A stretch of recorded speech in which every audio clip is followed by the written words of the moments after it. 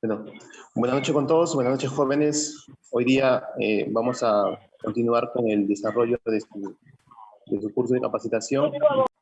Entonces, como les decía, hoy día, domingo, vamos a desarrollar el curso referente a la variable de presión y posteriormente en todo lo que contiene la capacitación, ¿no? En las próximas semanas. Entonces, ahí pueden ver mi pantalla, me confirman, por favor. Sí se puede ver, ¿no? Ya, Sí, por favor, perfecto. se ve. Ya, listo. Entonces, ya. Entonces, para comentarles un poco de esta variable bastante importante, bastante conocida, considerada dentro pues, de las variables clásicas en el mundo de la industria, así como también pues, el caudal o flujo, temperatura, nivel, son consideradas pues, variables clásicas, ¿no? A partir de ellas también hay otras variables ya que derivan o también se estudian, como por ejemplo variables analíticas, URP, conductividad, pH, que también son medidas con instrumentos, ¿no? Pero ya para aplicaciones más específicas. Para el tema de industria más abierta, donde encontramos todo tipo de sensores, encontramos lo que es presión, siempre, en cualquier industria, pues, ¿no? Puede ser minera, puede ser petrolera, puede ser industria farmacéutica, puede ser tratamiento de agua, textil, ¿no? Distintas áreas, distintos rubros donde encontramos este tipo de sensores, ¿no? La variable de presión es muy importante.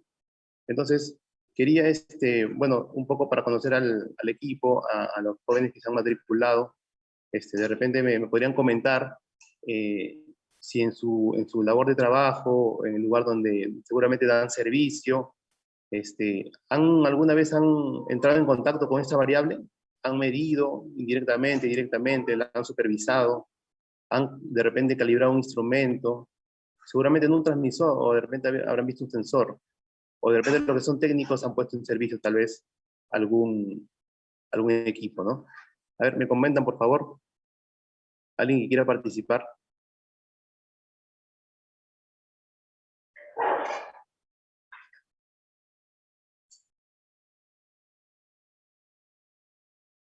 A ver, vamos a preguntar entonces a alguien.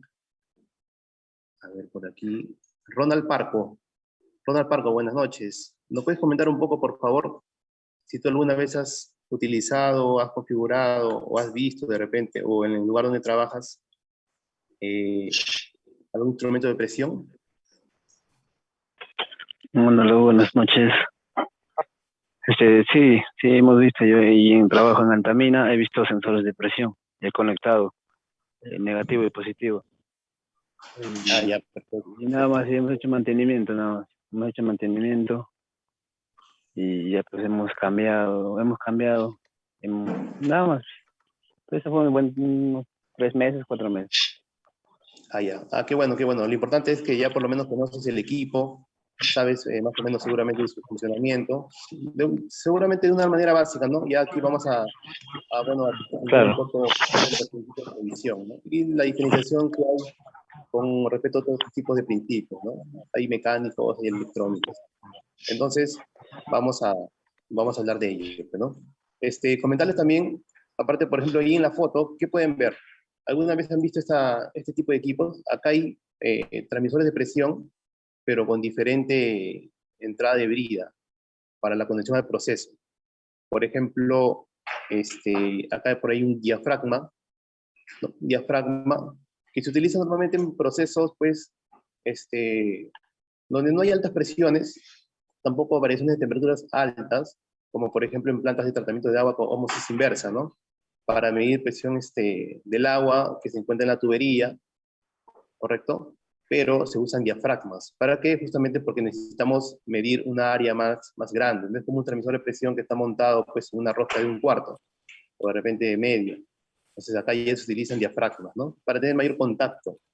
Y la fuerza que se aplica, entonces tenemos presión, va a ser mejor, ¿no? Mejor medida, y sobre todo para separar o aislar el producto seguramente que se están midiendo. De repente es un agua con alta conductividad o con algún producto químico, entonces justamente para hacer esa separación, ¿no?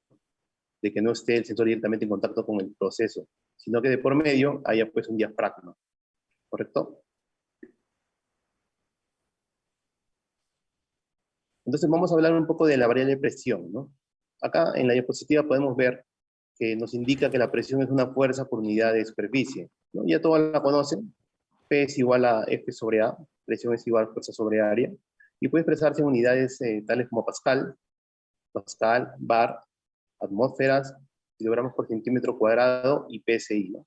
PSI es una norma americana, no anglosajona, pero sí americana, donde pues lo utilizan bastante los norteamericanos, ¿no? Para hacer su medida. Libras por pulgadas cuadradas es lo que significa, ¿correcto?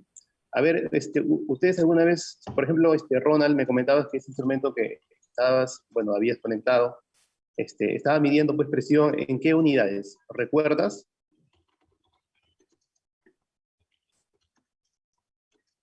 Sí, estaba midiendo en kilopascal. En kilopascal, perfecto. Sí. Sí, sí, sí, No, sí, justamente algo en así. kilopascal. Kilopascal. Hemos hecho también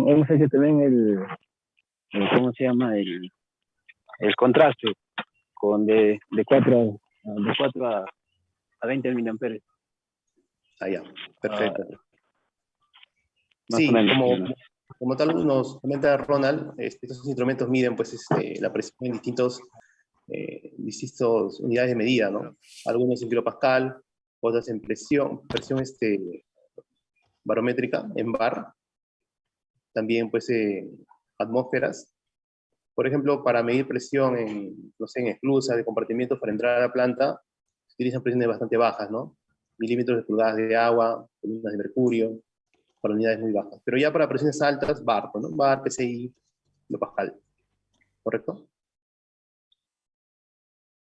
Aquí vamos a hacer un repaso, seguramente ya lo conocen, seguramente donde han estudiado anteriormente, su instituto, su formación técnica o de repente ingeniería o sus cursos que pudieron haber llevado. Seguramente esto ya lo conocen, ¿no? La presión absoluta, la presión manométrica, la presión relativa, la presión diferencial y el vacío. Entonces vamos a hacer un recuento, vamos a recordar qué cosa es la presión absoluta, ¿no? Acá dice, se mide con el cero absoluto de presión, o sea, es la parte más baja. Ahorita vamos a ver una escala para que más o menos se ubiquen. Luego tenemos la presión atmosférica, ¿no? Es la presión que ejerce pues, la atmósfera sobre el tierra, ¿no? ¿Correcto? Medida con un barómetro. No sé si alguna vez de repente han visto un barómetro o un equipo barotermohigrómetro, ¿no? Que mide pues, la presión atmosférica y al mismo tiempo mide la humedad, ¿no? Un barotermohigrómetro, de ahí deriva su nombre. Los barómetros son utilizados básicamente en los laboratorios de metrología. Cuando, por ejemplo, vamos a hacer un servicio de calibración de un instrumento, lo mandamos seguramente a INACAL, ¿no? INACAL es el ente nacional que se encarga pues, de hacer las calibraciones a nivel nacional, pero no es el único, pues, ¿no? Hay también entidades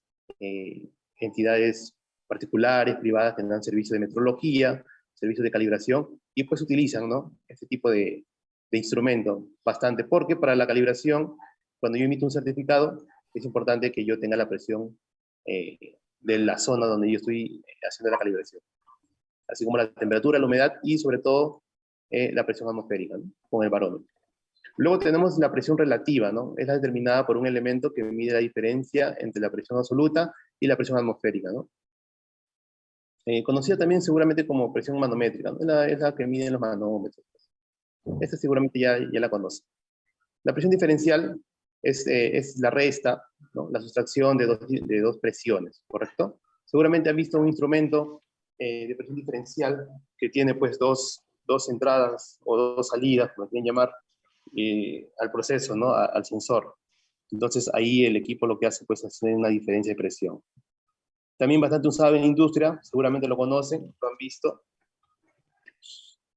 Y finalmente el vacío, ¿no? Que es la diferencia de presiones entre la presión atmosférica existente y la presión absoluta, ¿correcto? Que se mide básicamente debajo de la presión atmosférica. Ahí vemos la diapositiva, básicamente para que se puedan ubicar las escalas de las presiones, ¿no? Ahí vemos el cero absoluto, que parte del cero netamente, un poco más arriba el vacío, y tenemos ahí el nivel del mar, ¿no? Con respecto al nivel del mar. Y hacia arriba, ya lógicamente, la presión que miden los manómetros, los instrumentos, conocida como presión manométrica o relativa. Por ejemplo, la presión atmosférica, ¿en qué unidades ustedes la conocen o la han visto que se mide? ¿Alguien me puede comentar? A ver, por favor, Gino Atmósfera. Alfaro. Una atmósfera, un bar, 101 kilopascales.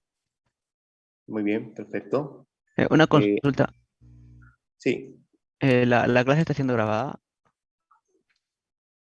claro. A ver, porque me vamos sale a que no. buscar. Que no. A ver. Recording in progress. Ya, ahora Ahora sí. sí. Ya, disculpen, por favor. Entonces continuamos. A ver, alguien más que me puede comentar. Mario Cortés, ¿en qué unidades has visto que se mide la presión atmosférica?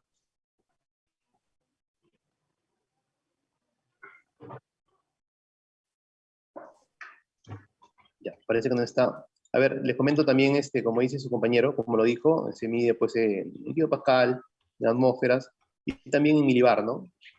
Justamente estos instrumentos miden en milibar. Lógicamente que lo puedes cambiar de unidad, pero son valores bastante conocidos, ¿no? 760 atmósferas, 983 milibar, por ejemplo, es una unidad bastante conocida cuando se hace calibración, ¿no? En un laboratorio. Ahora, para poder definir o una vez marcar una diferencia de presión, tenemos dos clases, ¿no? O dos tipos. Los mecánicos y los electrónicos, ¿no? En los mecánicos son los que básicamente no tienen un contacto eléctrico, ¿no? Un contacto eléctrico o algo que intervenga en la medición. Son básicamente equipos netamente mecánicos por desplazamiento, por manivelas, cremalleras, o de repente por desplazamiento de líquidos, ¿no? Puede ser glicerina, puede ser mercurio, puede ser algún otro tipo de líquido para medir. Y bueno, tenemos también los electrónicos, capacitivo, piezo resistivo, fuente Whiston, y también por ahí el silicio resonante, que es el último principio que se utiliza. Por ejemplo, los medidores mecánicos, ¿no? ¿Alguien me puede comentar, por ejemplo, en esta imagen, qué cosa ven aquí? ¿Alguien sabe qué cosa es esto?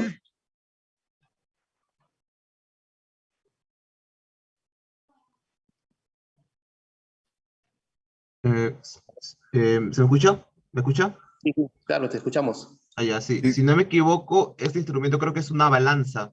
Si no me equivoco, una balanza para calibrar la presión añadiendo pesitos. Lo vi en la universidad una vez. Ah, ya. Sí, es Ah, parecido, ya. claro, le añades pesitos y la presión eh, aumenta y entonces ahí con esto se calibra, porque los pesitos están ya, o sea, los pesitos ya conocen su peso y están medidos. Ajá. Sí, sí, así como lo comenta el compañero, sí, bueno, hay bastantes formas, ¿no? Este es un modelo parecido, balance de peso muerto seguramente. Entonces, aquí lo que se hace es, este módulo sirve para calibrar manómetros, ¿correcto? Tenemos acá un patrón, que es el digital que está ahí, es un manón, que tiene forma de manómetro mecánico, pero es digital, y lógicamente tiene una resolución mayor al instrumento que yo voy a calibrar, ¿no? Por ejemplo, acá hay un manómetro tubo de Borg, ¿correcto? En C. Entonces, yo tengo que tener un patrón que sea de mayor resolución para yo calibrar este instrumento. Entonces, se hace con este equipo. Los laboratorios de calibración de presiones utilizan este tipo de equipo. Por ejemplo, aquí calibran los manómetros cuando uno manda el servicio. Los manómetros de los calderos, los manómetros, por ejemplo, de las plantas de gas, microfracción de gas, refinerías, ¿no? Todo lo que involucre el proceso de medición de presión se envían a hacer el servicio de calibración a una entidad externa, ¿no? O también lo puede hacer el mismo mantenimiento instrumental o los mismos eléctricos o de repente los mecánicos están capacitados para hacer esta calibración de manómetro. ¿Correcto? Ahí, elemento primario de medida directa que mide la presión comparándola con la ejercida por el líquido de densidad y la altura conocida, ¿no? Ahí tenemos el ejemplo de los barómetros, cubetas, manómetros de tubo de U, manómetros de tubo inclinado, manómetros de torno pendular y manómetros de campana. Son ejemplos básicos. Aquí vamos a ver uno de ellos. Aquí vemos el tubo en U, es un instrumento pues, usado cuando se hacían pues, estudios, ¿correcto? Estudios, aplicaciones, seguramente en ingeniería. Y en la industria es ya un poco obsoleto seguramente ya no verlos, ¿no? Pero en lugares pues donde se brindan enseñanza de repente técnica e ingeniera, encontramos este tipo de instrumentos, ¿no? Por ejemplo, en Senati, en TechSud, o en las universidades tenemos este tipo de medidor manométrico en U, ¿no? Acá lo que se busca es medir la altura por desplazamiento de presiones, aplicando una presión en un lado del tubo y una presión en otro lado, ¿no? Entonces, acá el principio es básicamente es un balance de equilibrios de presiones, ¿correcto? A partir del líquido que tenemos ahí, ¿no? Entonces, acá, para poder hallar la presión diferencial, necesitamos conocer la presión, la masa específica o el peso específico, ¿no? Por la gravedad y por la diferencia de temperatura que ha ocurrido después que hemos aplicado la presión, ¿correcto? Esto, mayormente, pues, como lo pueden ver, así lo van a encontrar. No utiliza señales eléctricas, no tiene señal de 420, es básicamente visual, es netamente mecánico por el desplazamiento de líquidos. ¿Sí?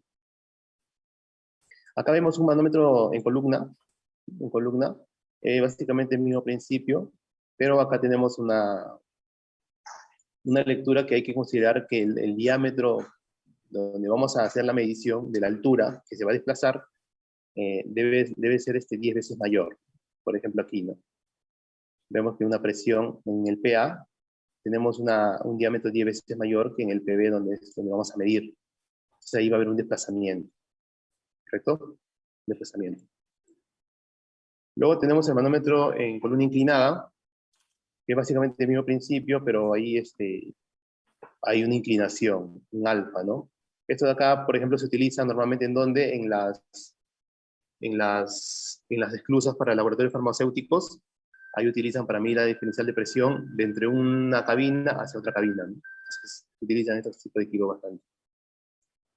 Luego tenemos los manómetros por tipo tubo de Bourdon, ¿ya? Es el manómetro convencional que se conoce, ¿no?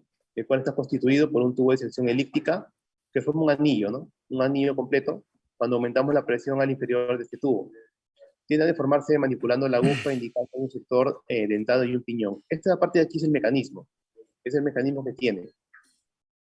Y aquí, a ver, vamos a sentar unos compañeros que están ingresando. Sí. Ya. Ahí estamos. ¿Listo? Entonces, a ustedes ya lo conocen, ¿no? Básicamente, ustedes saben que un manómetro siempre se escoge, pues, para que la indicación o la presión de trabajo esté en el medio, ¿correcto? Para que algún operador técnico que pase por ahí, por la planta, por el proceso, vea la aguja en el centro del manómetro, ¿no? Siempre se busca que sea el rango de trabajo a la mitad del rango del manómetro. Eso es lo que normalmente se busca siempre, ¿ya? Entonces, este tipo de manómetros hay en todos los tamaños, en todas las medidas, dimensiones mecánicas, octavos, rojas de 1/4, rojas de media, de 1 pulgada, de todo tipo, ¿correcto? Entonces, acá, ¿cómo funciona? Esta es la presión por el tubo de Bourdon, que está en una forma C, y al generarse la presión, hace una deformación de ese tubo. Esto se deforma. Se tiende a, pues, a alinear, ¿no? A ponerse más vertical, pierde la deformación de C, y al hacer este mecanismo, mueve esta cremallera. Esta cremallera está alineada o amarrada a la aguja que ustedes están viendo ahí.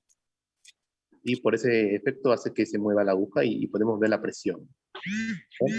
Podemos ver la presión. Entonces, ustedes seguramente han conocido, pues, ¿no? Habrán visto mucho este manómetro, es bastante usado en la industria. Creo que no hay planta que no use un manómetro. A ver, ¿nos puede comentar algo? Gerson, Panduro.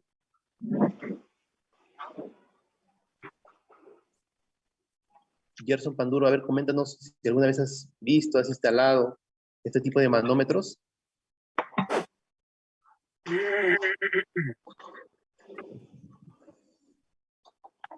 Gerson, parece que no está Gerson. Vamos a preguntar a otro importante. A ver, William Raúl Figueroa Mejía. Por favor, William, nos comentas. Hola, buenas noches. Sí, lo vi en las clases de la universidad, pero ahorita en industria todavía no tengo experiencia en el campo industrial. Ok, no hay problema. Pero ya cuando empieces a conocer un poco la industria, vas a ver que este instrumento es bastante conocido, ¿no? Lo vas a ver por todos lados, en cada proceso. Entonces, es bastante conocido el manómetro, ¿no? Y hay distintas marcas, ¿no? Una de las más conocidas es Vica, la marca Vica, la marca alemana Vica, vende este manómetro. Marca Dynamic, marca PR, y otras marcas no conocidas, Winter también, fabrica manómetros con bastante exactitud, ¿no? En estos manómetros... Buenas tardes, profesor. Buenas tardes. Sí, le escucho. Buenas tardes. Quisiera una consulta, preguntarle, ¿no? Están hablando del tubo de Bourdon y sobre las deformaciones que eso hace fluctuar la aguja, ¿no? ¿Verdad? Ajá, sí, el manómetro tipo de Bourdon, el manómetro. Ya, yo quisiera preguntarle porque hay algunos manómetros, de repente me estoy adelantando un poco, hay unos manómetros que tienen en el interior de su indicador una especie de líquido, creo que es glicerina. Claro, sí, buena pregunta, Sí, amigo. Sí, quisiera, te yo comento un más o menos poco. tengo, Los instrumentos, disculpe, tengo una noción más o menos de por qué se usa la glicerina dentro del manómetro, pero quisiera por favor que usted pueda explicarnos, de repente yo tengo un concepto limitado, ¿no? Entonces de repente usted puede explayarse ¿cómo se llama? Darnos más alcances, ¿no? Y también quería claro, preguntar otra cosa, he visto también que en algunos manómetros, eh, en la conexión, en la tubería tienen como una especie de sifón, es como una especie de tubería, pero girada como una especie de colita de chancho. Quisiera ya. también si les puede explicar por qué razón se usa eso en las instalaciones, o sea, es antes de conectar el manómetro. Ujú. Sí, sí, perfecto, perfecto. Sí, a ver, te comento, la primera pregunta es el tema del líquido que se encuentra. Ese líquido se conoce o se llama, normalmente siempre se utiliza glicerina, ¿correcto? Cuando tú solicitas un manómetro, en base a la aplicación del proceso donde se va a medir, tenemos que saber primero pues, si el proceso tiene pues un cambio brusco de temperatura, perdón, de presión. Entonces, a veces colocamos un manómetro que no es el adecuado y tenemos mucha oscilación de la aguja en el proceso.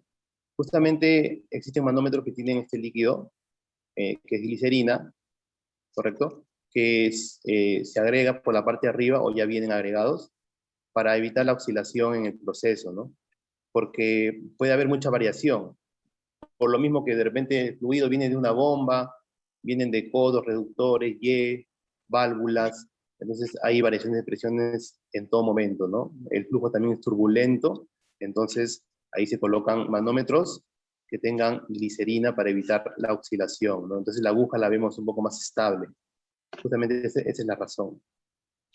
A ver, seguimos acá. Y lo otro que me estabas preguntando era con respecto a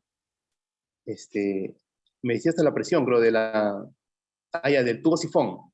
Ya, el tubo sifón, normalmente se utiliza en procesos de presión de vapor.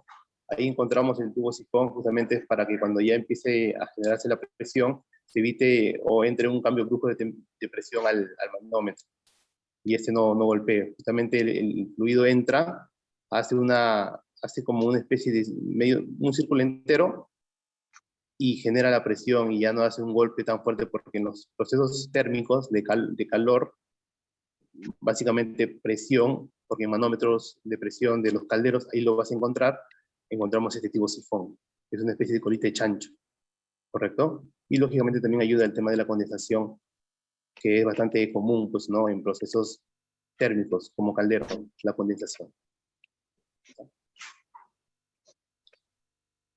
Ahora, continuamos.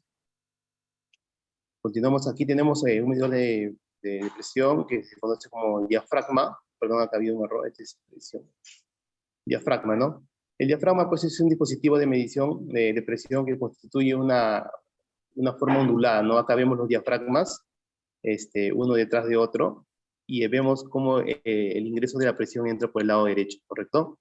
Y empieza a alojarse de forma homogénea en todo el contorno del diafragma, ¿no? Empieza a alojarse y empieza a desplazar pues una articulación mecánica muy chiquita, muy pequeña, del pivot, y desplaza un muelle. al mismo muelle está alineado pues una aguja que indica la presión proporcional a la presión que ha ingresado, ¿no? Entonces ahí vemos en la escala de medición que está marcando 10. Esos 10 podría ser 10 bar, 10 PSI. Y ahí vemos la foto o la imagen de un manómetro, ¿no? Este tipo de medición se utiliza básicamente cuando queremos medir agua, aire, pero siempre con fluidos no corrosivos, ¿no? Justamente lo que decía al inicio, para aislar el producto químico, de repente, que es corrosivo o es tóxico, lo aislamos del proceso, pero lo medimos también. Entonces se utiliza para eso, ¿no?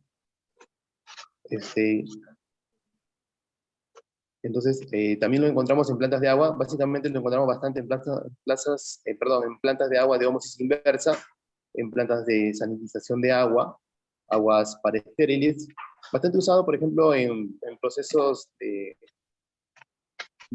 fabricación de medicamentos. Ahora por la pandemia, en laboratorios farmacéuticos donde hacen inyectables, las plantas de ósmosis inversa, las plantas de Loop, ahí encontramos este tipo de principio de medición.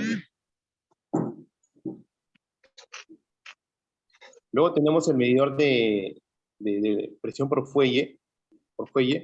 Este tipo de principio es bastante ya antiguo, un poco obsoleto, que pues lo que hace es, de la misma manera que funciona el diafragma, ingresa el flujo del líquido a medir, o del gas, y se desplaza, se aloja en todo el espiral. Se aloja, hace una deformación proporcional a la presión y mueve un mecanismo, ¿no? Mueve el mecanismo indicando la aguja del manómetro o del equipo que está acoplado ahí, ¿no? Entonces, hay una deformación mecánica y hay una indicación por defecto de la presión. Luego ya vamos a ver ahora los medidores electrónicos, ¿correcto? Los medidores electrónicos, que ya básicamente los encontramos en los transmisores, ¿no? En los transmisores de presión. ¿Alguien me puede comentar, por favor, qué cosa ven en la imagen? ¿Qué tipo de instrumento será este? ¿Qué tipo de principio? De repente ustedes lo han visto. A ver, vamos a buscar a alguien. Gino Alfaro. Gino Alfaro, por favor, nos comentas qué cosa ves en la imagen.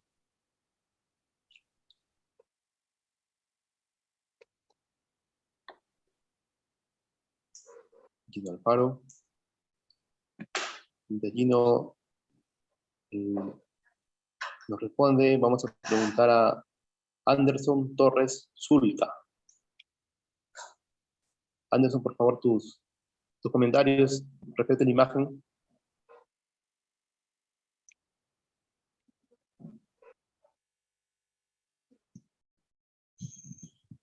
Tampoco. A ver, Manuel Morán. Manuel Morán.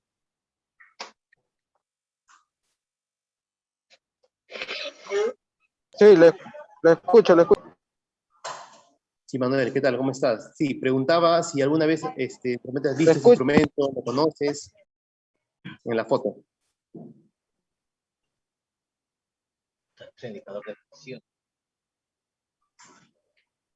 ¿Me escucha, Manuel Morán?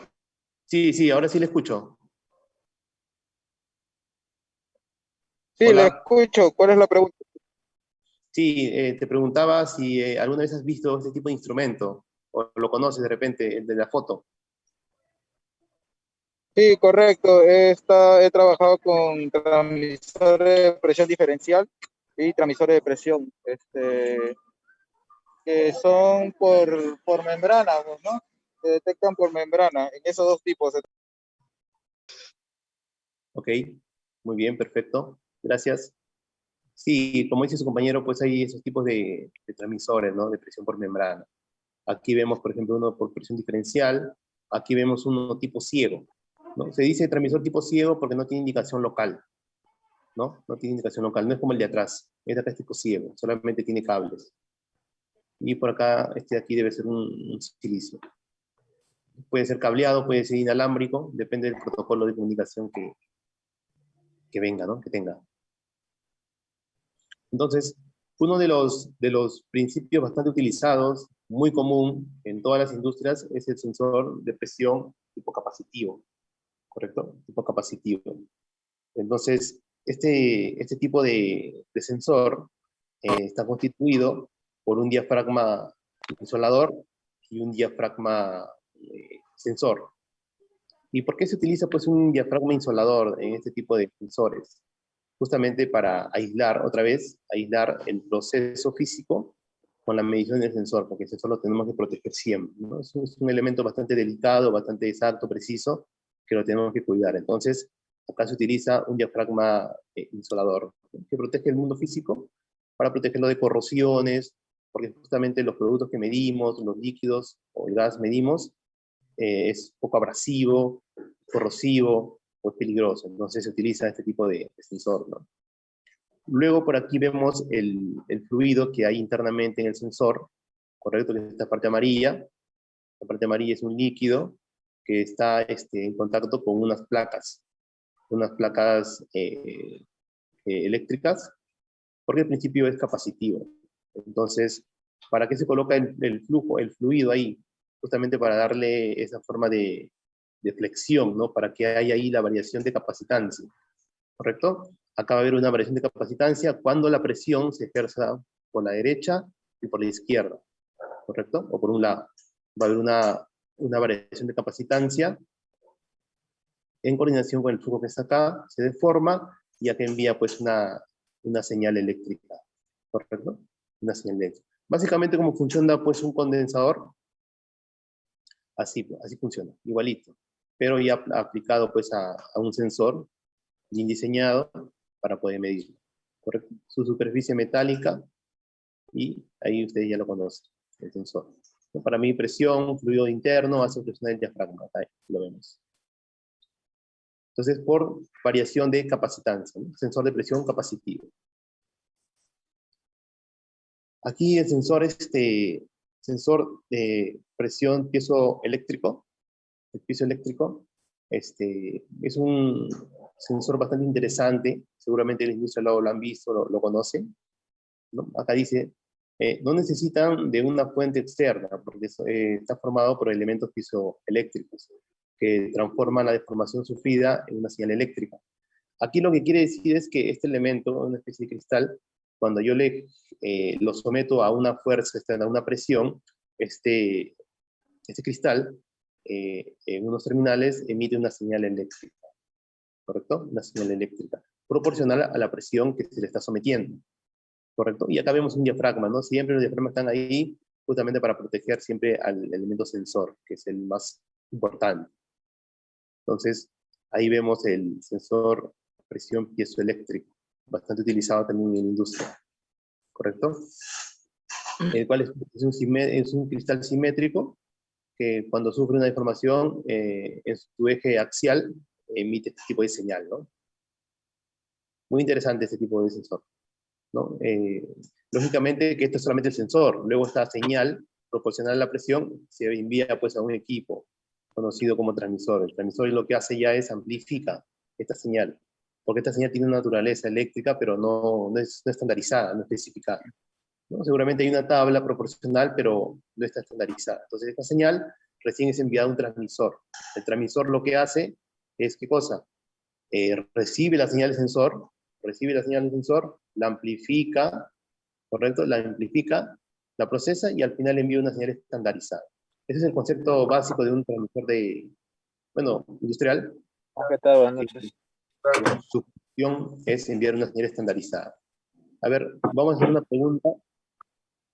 A ver, a Jesús Rivas. Jesús Rivas, ¿lo puedes comentar si has visto, has conocido alguna señal estandarizada en instrumentación o en industria que tú conozcas, que has trabajado de repente? ¿Qué tal? Buenas noches. Con relación de 4 a 20 miliamperios, pues, ¿no? Hay un valor entre la presión y la señal que usted está indicando, ¿no? Mayormente con eso hemos trabajado. Claro, muy bien. Sí, justamente como dice Jesús, está muy bien, correcto. Gracias, Jesús. Una señal estandarizada es señal de 4 a 20 miliamperios, ¿no? También puede ser de 0 a 10 voltios. Y en los años más o menos 60, 70, cuando recién aparecieron estos instrumentos convertidores IP, PI, los transmisores eran bastante electromecánicos, ¿no? Y se utilizaba pues una señal bastante conocida también, que está en función a la presión, que está en el rango de los 3 a 15 PSI, ¿no? También, señal de control. Normalmente se utilizaban pues para convertidores, traductores, y también para control de válvulas, ¿no? Para control de válvulas. Entonces, continuamos. Continuamos. El sensor piezoresistivo. Es básicamente también un principio parecido al piezoeléctrico, pero tiene una particularidad importante que la vamos a comentar ahora, ¿no? Son bastante utilizados en medición de peso, por ejemplo, ¿no? Peso y también presión, ¿no? Como por ejemplo las balanzas. Por ejemplo, alguien de repente en su trabajo o ha visto, o de repente un servicio, de repente está un poco en contacto con instrumentos, o visita plantas, o el mismo mantenimiento, puede ser eléctrico, puede ser instrumental, o de repente mecánico, ¿no? ¿Ha visto una balanza de precisión, una balanza de control de calidad, de repente? O de repente una balanza convencional, ¿no? Este tipo de balanzas, pues, utilizan como sensor fundamental justamente el sensor piezoresistivo, ¿no? Conocido como puente Whiston. En las balanzas de análisis, en las balanzas de exactitud, de precisión, vamos a encontrar este tipo de sensor, bastante usado, ¿no? Bastante usado. De repente, a ver, ahí vamos a preguntar a alguien si ha visto una balanza. No la balanza de mercado, es una balanza analítica, estamos hablando, ¿no? Alder Anthony.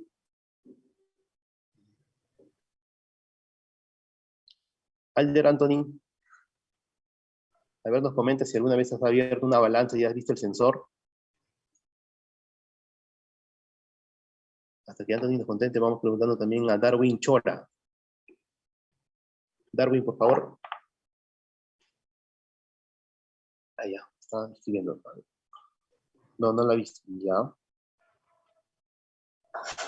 Sí, justamente, por ejemplo, en plantas de producción, donde hacen un control bastante exhaustivo de los materiales, por ejemplo, en las plantas farmacéuticas, en las plantas farmacéuticas se utilizan bastantes balanzas analíticas, correcto, para la medición, porque imagínate pues la cantidad de insumos químicos que tienes que usar para preparar un medicamento, ¿no? Tiene que ser muy exacto, no puedes equivocarte, la medida no puede ser errónea, y el pesaje tiene que ser bastante exactos. Hay balanzas, hay microbalanzas que miden en función a miligramos, menos de miligramos, microgramos también, microbalanzas, que pues cuando uno las abre, saca el platillo y encuentra pues ahí el elemento sensor, ¿no?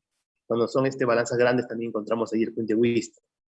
Y una particularidad de este tipo de sensor es que necesita pues de un pequeño sistema electrónico que mida, ¿qué cosa? Que mida la temperatura justamente del sensor.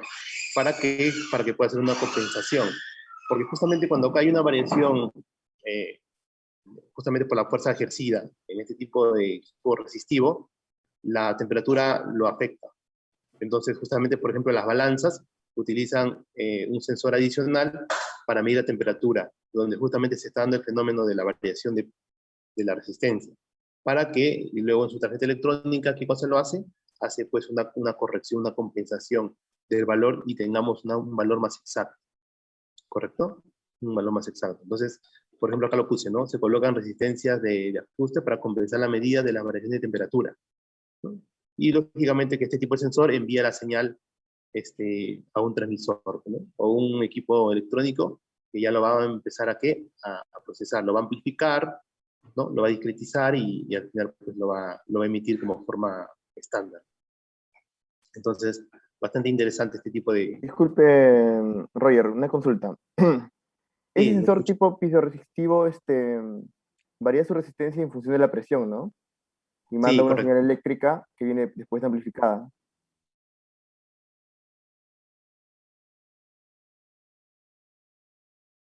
¿no? sea, ahí tú lo sometes a fuerza y te mide una señal eléctrica. Acá variamos, ¿qué cosa? Resistencia. Y justamente por ser resistencia óhmica, hay una variable importante en la resistencia que se conoce como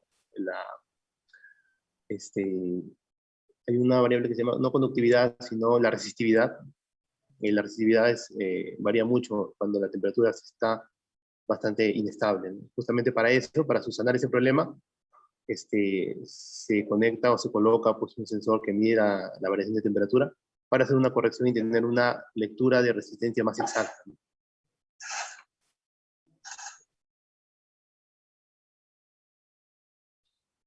Ya, a ver, continuamos. Aquí vemos el transmisor electrónico del tipo instrumento silicio resonante. Por ejemplo, este tipo de sensor se utiliza pues bastante, por ejemplo, en el tema automovilístico. En los tipos de los sensores ABS, de los frenos, se utiliza este tipo de sensor, ¿no? Silicio resonante. Este tipo de sensor es el último que se ha descubierto en sus mediciones. Se hizo en Japón. Justamente por eso la marca Yokogawa, que es una marca japonesa de instrumentos muy buenos, bastante recomendables y también caros, promociona dentro de su instrumentación de presión, utiliza pues el silicio resonante, ¿no? No utiliza mucho capacitivo porque justamente en el tema de la membrana hay deformación, ¿no? Hay deformación cuando tú lo sacas del tanque, lo sacas de la tubería, encuentras si está deformado, doblado.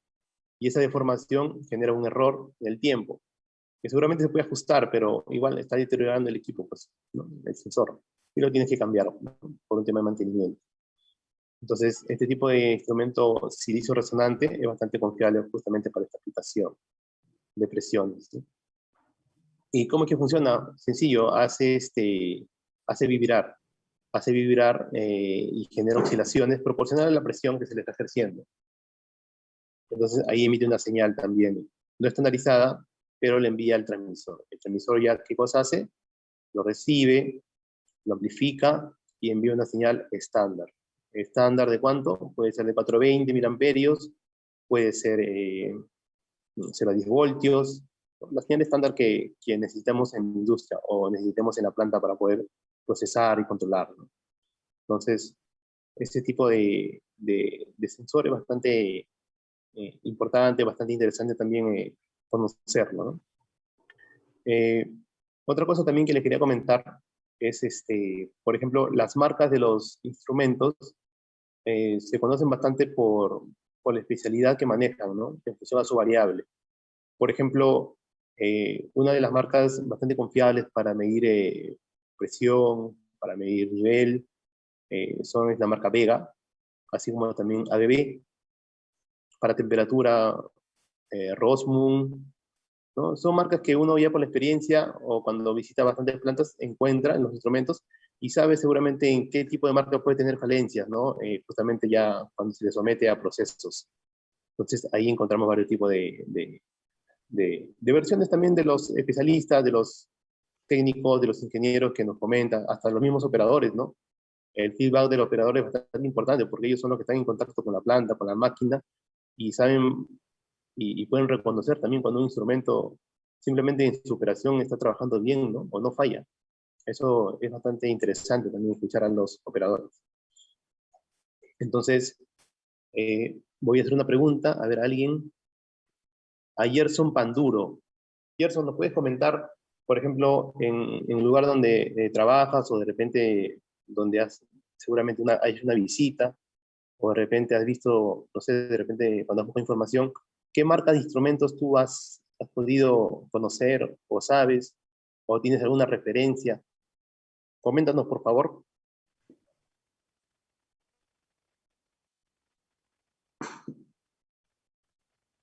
Y también vamos a preguntarle a Fernando Laura. A ver qué nos comente. Fernando Laura.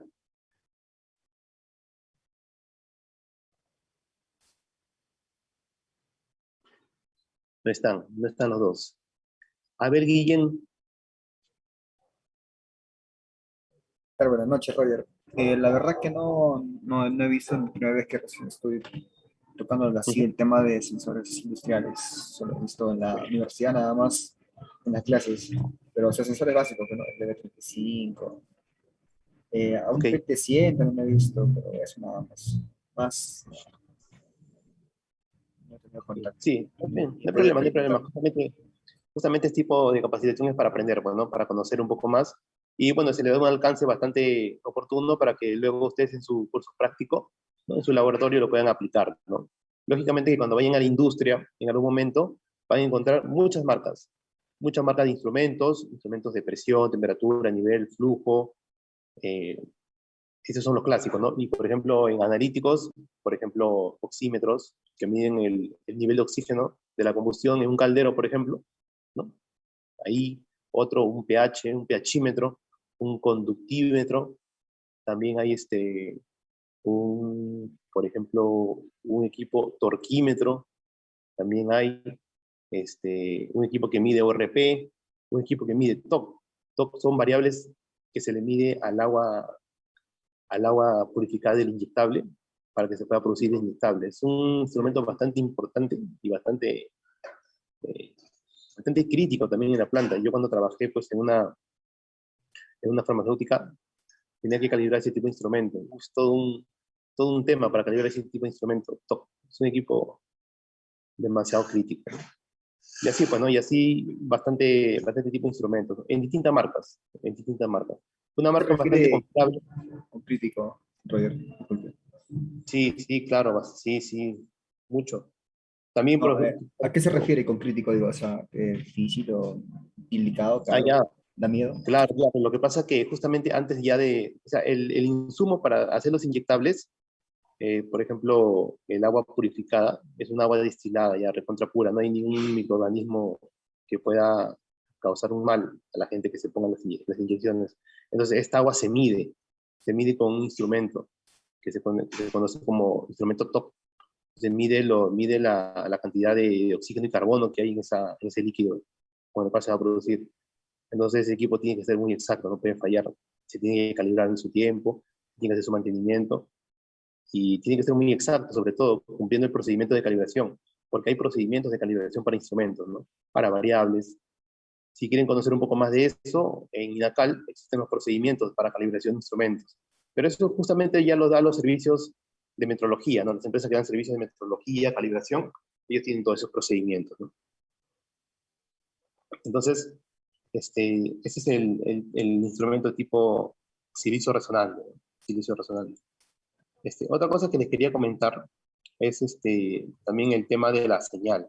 Por ejemplo, normalmente los instrumentos, uno lo pide, uno cuando va a solicitar un instrumento, tiene que dar las especificaciones del equipo, tiene que decirle pues al proveedor o al ente que te va a vender, tiene que decir los rangos de variación o de presión máxima que va a estar sometido este instrumento. No sé, de repente por ahí, no sé, 50 bar, 100 bar, ¿no? Presiones muy altas, o de repente 100 PSI, un PSI. Entonces, estas características son importantes porque van a poder hacer un buen dimensionamiento del instrumento, ¿no? Muchas veces sabemos que en la industria hay instrumentos que están de más, ¿no? O sea, un instrumento seguramente tiene muchas funciones, pero solamente lo usamos para medir presión, ¿no? Sin embargo, pueden darnos otras prestaciones, ¿no? Otra cosa también es el tema de la conexión mecánica, ¿no? Hay que saber qué tipo de rosca, ¿no? Y cómo instalar el instrumento, ¿no? También la instalación del instrumento es importante, no lo puedo poner de cabeza, no lo puedo echar, justamente porque ya el fabricante nos indica, ¿no? Cómo instalar un instrumento. Sobre todo ahí en flujómetros, ¿no? Hay que tener bastante cuidado con los flujómetros cuando los instalamos. Ya luego esta señal que la vamos a enviar al PLC, la vamos a enviar a un controlador o a un DCS, tiene que ser una señal estandarizada, ¿no? ¿Y por qué estandarizada? ¿Alguien me puede comentar por qué la señal tiene que ser estandarizada? Vamos a preguntarle a Richard Solano, o Solos, sí, Solano. Richard, por favor, y también se va preparando, a ver, ¿quién está por acá? Cristian Gutiérrez también. A ver, ¿quién puedes comentar un poco?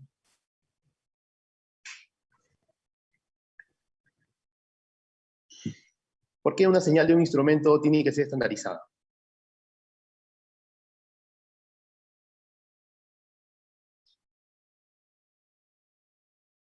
Sí, adelante, adelante, te escucho.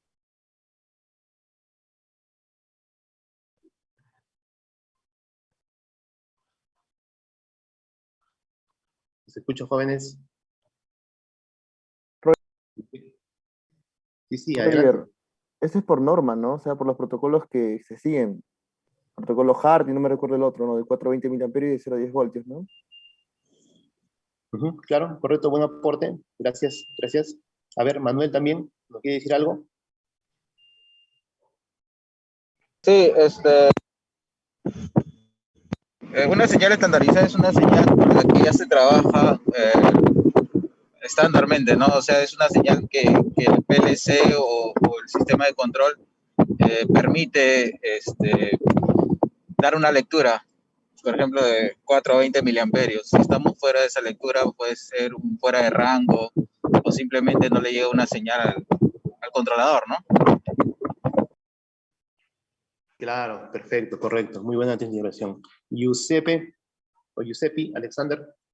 Bueno, con la señal estandarizada me aseguro que diversas marcas, yo puedo utilizar, digamos, un equipo de una marca, vamos a usar una marca y utilizarlo en un PLC o en el equipo de otra marca.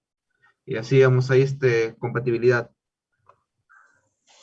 Claro, muy bien, jóvenes. Me gusta su respuesta. Sí, bastante, bastante buena. Sí, justamente por lo que comentó último el compañero, es justamente por un tema de interoperatividad. Por ejemplo, ¿qué pasaba anteriormente, antes de que existan los protocolos de comunicación? ¿Qué es lo que pasaba? Cada marca, cada marca pues hacía sus investigaciones, ¿no? Mayormente los europeos, Alemania sobre todo, hacía sus investigaciones, sus estudios y pues hacían sus principios, ¿no? Y fabricaban sus instrumentos, no solamente instrumentos, también dispositivos de automatización, sus PLC, sus variadores, todo.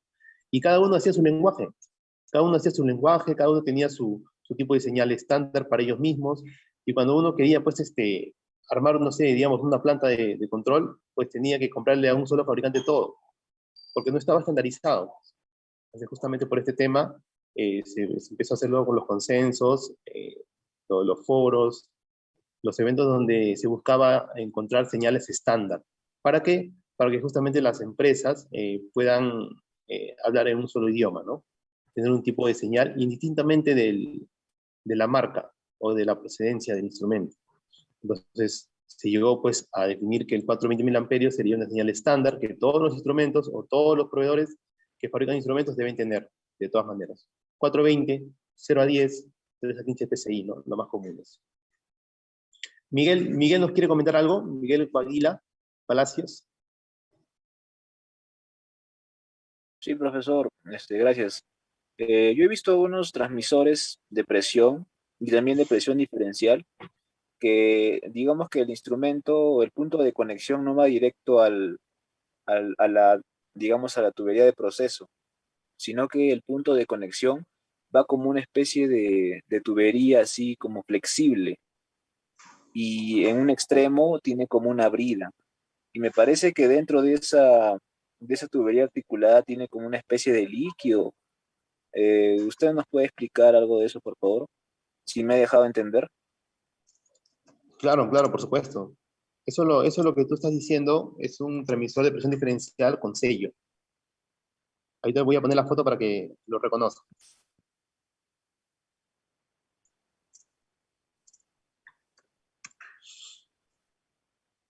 Con sello. Vamos a ver una imagen ahí para que lo puedas reconocer. Ahí puedes ver la imagen. Esto, ¿no? ¿A eso te refieres? Ya, sí, como lo comentaba el compañero, justamente estos son instrumentos de presión diferencial, pero utilizan un sello, ¿no? Un sello.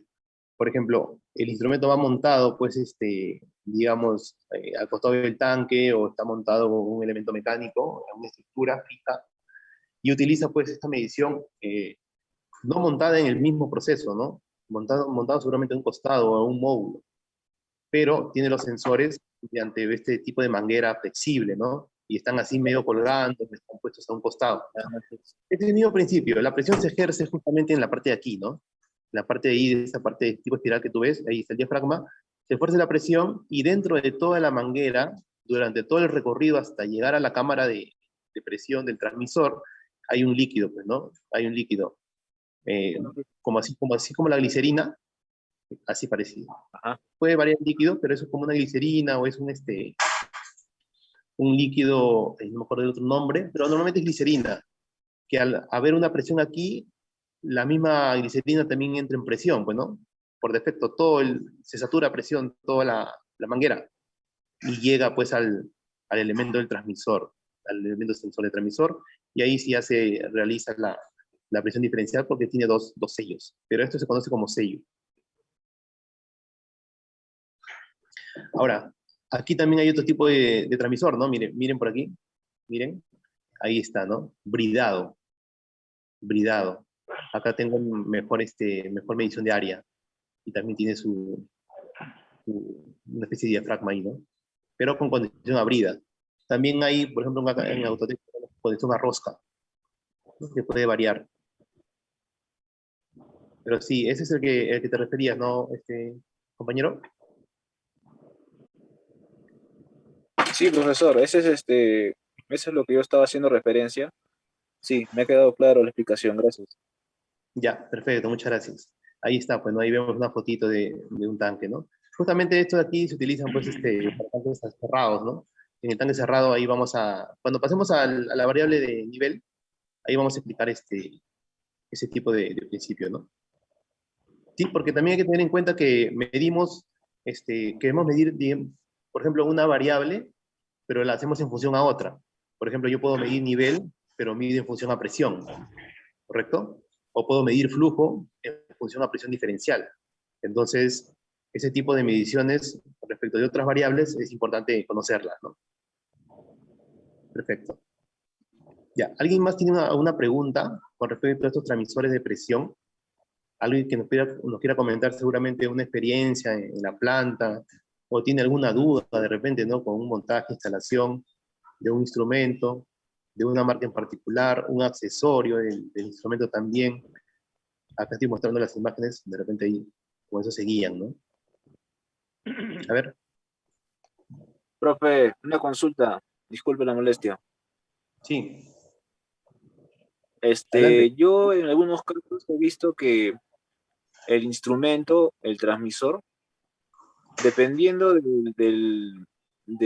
como digamos, del fluido de proceso en las tuberías, el transmisor a veces lo ponen, digamos, por encima de la toma, al mismo nivel de la toma o por debajo de la toma.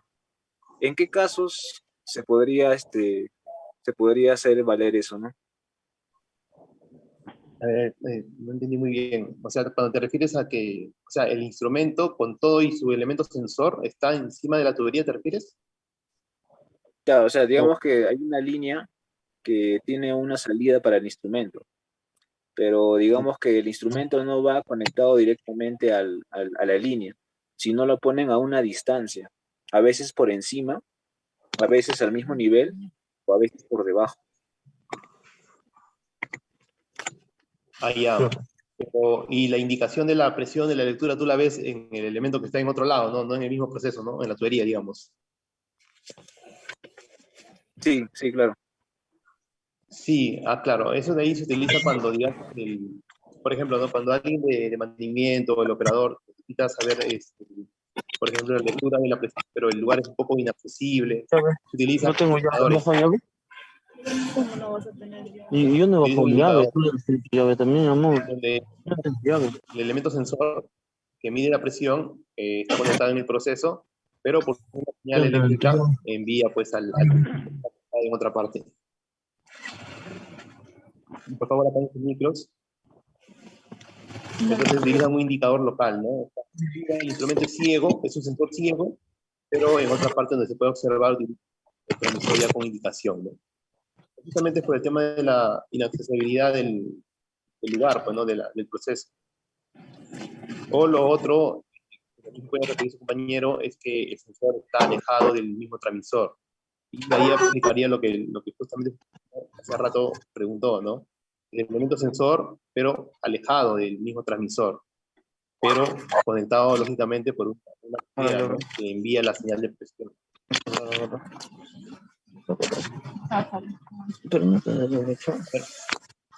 Ya para pasar a la parte de configuración de un instrumento. Profe, una consulta, ¿me escucha? Flavio, tu micro. Claro, escucho. Profe, hay algunos transmisores de presión, bueno, en la chamba he visto, de que tienen unos manifold, aguas abajo del mismo transmisor, y por ende, algunos no tienen, no llevan glicerina, solo con el mismo manifold. Pueden controlar el ingreso, con eso controlan el ingreso netamente al transmisor de presión, ¿verdad? Claro, sí, se regula. Esas valvulitas manuales que tú ves de acero inoxidable son justamente para regular las entradas. Bueno, no puntualmente para hacer regulación, ¿ah? Ojo, es básicamente para hacer el mantenimiento, ¿no? Yo cierro y saco el instrumento y le hago su mantenimiento. Pero es justamente para desmontar, ¿no? Para aislar, son válvulas netamente, ¿no? Y esa parte de abajo que tú ves, por ejemplo, es la cámara de medición. Cámara alta y cámara de baja. Así. Ahí está. Ah, ok, correcto. Sí.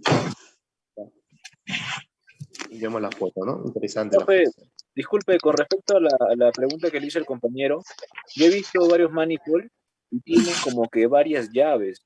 Digamos que he visto que unas que dicen regulación y otras que dicen ecualización. Entonces yo me pregunto, de repente es para que el fluido no pase, digamos, tan de golpe y pueda estropear el instrumento. ¿Puede ser algo de eso? Sí, justamente cumple dos funciones fundamentales, ¿no? La primera es para hacer el mantenimiento y hacer el desmontaje del instrumento, correcto, y te lleva justamente el instrumento. Ya de la manguera ¿ya? Y lo otro es justamente para restringir el fluido, ¿no? No tanto de golpe, porque ya la válvula no es como una válvula que controla, ¿no? Es una válvula tipo de compuerta que Profe, disculpe. Disculpe, ¿usted cree que puede silenciar los micrófonos? Porque hay algunos compañeros creo que no se dan cuenta y están con los micrófonos y no se escucha nada lo que usted explica. A Flavio, profesor. ¿Flavio? Sí, profesor, puede repetir porque se escucha interferencia.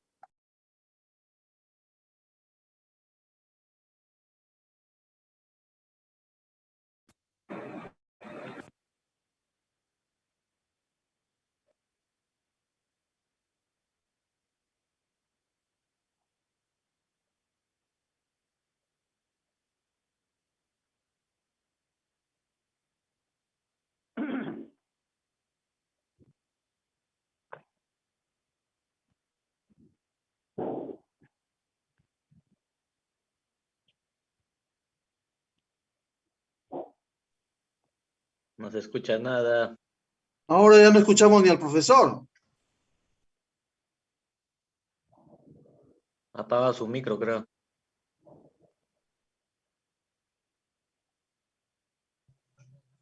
Profesor. Escriban en el chat, el profesor creo que ha silenciado todos los micrófonos. Profesor, disculpe. Ahora sí, porque parece que tiene dos ventanas abiertas. La que dice Roger creo que es la que usa el micro, y la que dice Roger Automation está en su rostro, pero no se escucha. Ahora sí se le escucha. Ya, perfecto. Y ahora sí me escuchan. Ya, sí, lo que le decía, pues no, lo que decía su compañero. Justamente acá está la foto. Ahí está. Ahí está, a eso se refería, ¿no? Tiene una especie de válvula, ¿no? Válvula tipo compuerta, pequeñitas, que hacen para restringir el elemento de fluido de la medición y también para hacer el desmontaje, ¿no? Esto de acá se desarma y se hace mantenimiento al manifold. En el manifold encontramos los zorrines, hay unos zorrines chiquitos, circulares, delgados, que están en mantenimiento. Cuando entra un preventivo este instrumento, se le desata, se le desmonta y también se hace su mantenimiento al manifold, ¿no? Adentro tiene cámaras. Así como de repente alguna vez han desmontado una electroválvula, han hecho mantenimiento de una electroválvula neumática, igualito, ¿no? Hay horrines, entonces ahí encontramos eso. Y se cambian los horrines y todo. Porque si no empieza a fugar aceite, el fluido, ¿no? Que se está midiendo, empieza a fugar por el costado. Profesor, una consulta. No escuché bien. ¿Podría, por favor, decir por qué esa válvula tiene dos boquillas? Allá, la boquilla son las cámaras, la cámara de medición. Una es para baja y una es para alta. A ver, vamos a poner acá la foto, ¿ya? Profesor.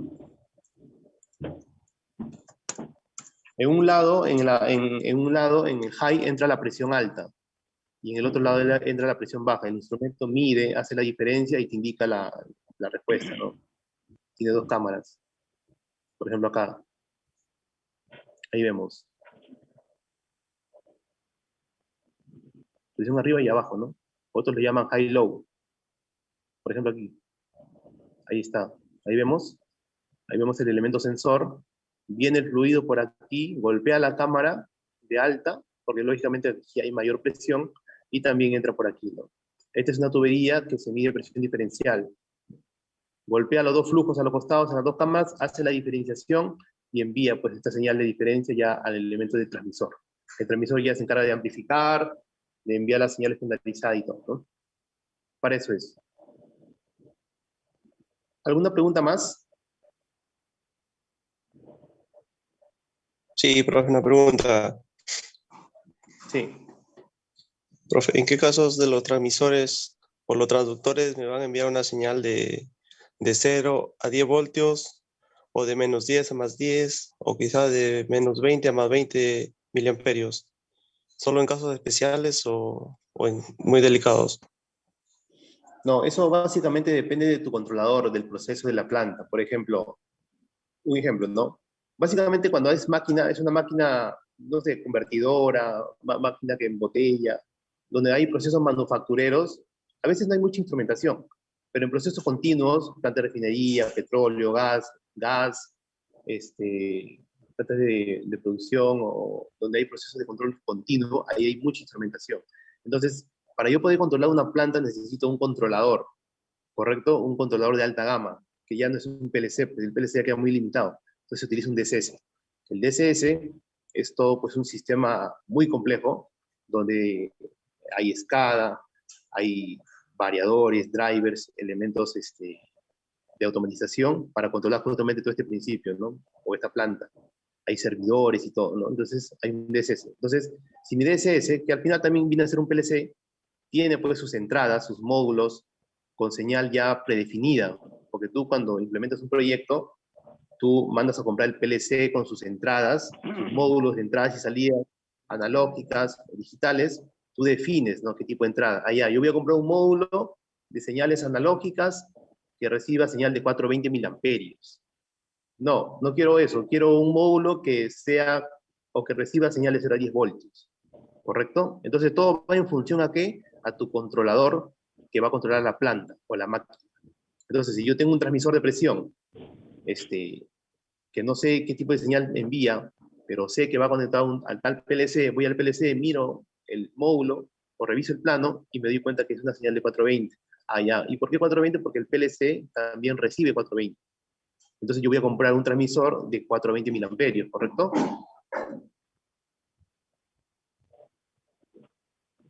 Sí, ¿no? Entonces va en función al controlador, ¿ya? Siempre en función del controlador, porque todo va conectado al final ahí, ¿ya? Ahora, la señal de 420 miliamperios es una señal para control. Ya hablando de protocolos de comunicación ya es otra cosa, ¿no? Ya es otra cosa. Por ejemplo, ya unas últimas preguntas ya luego para empezar con la parte de la configuración del instrumento. Solamente quiero terminar esta parte preguntándoles si conocen algunos protocolos de comunicación, de instrumentación. El Haring, el más conocido, creo. Perfecto, HAR. Hay uno más también por ahí, hasta dos creo. El Foundation Field Bus. Foundation Profinet. de 0 a 10 Foundation voltios. o Field Bus Foundation, ¿no? Como quieren llamarlo. Y hay uno más. Profibus PA también. Profesor, el IO-Link. IO-Link. Ya, esos ahí son protocolos ya de automatización. De instrumentación, netamente hay tres fundamentales. Es el HAR, Foundation Field Bus, o Field Bus Foundation, y el otro es el Profibus PA. El Profibus PA. Profibus hay en dos versiones, ¿ah? Hay Profibus PA para instrumentación, y hay Profibus DP para automatización.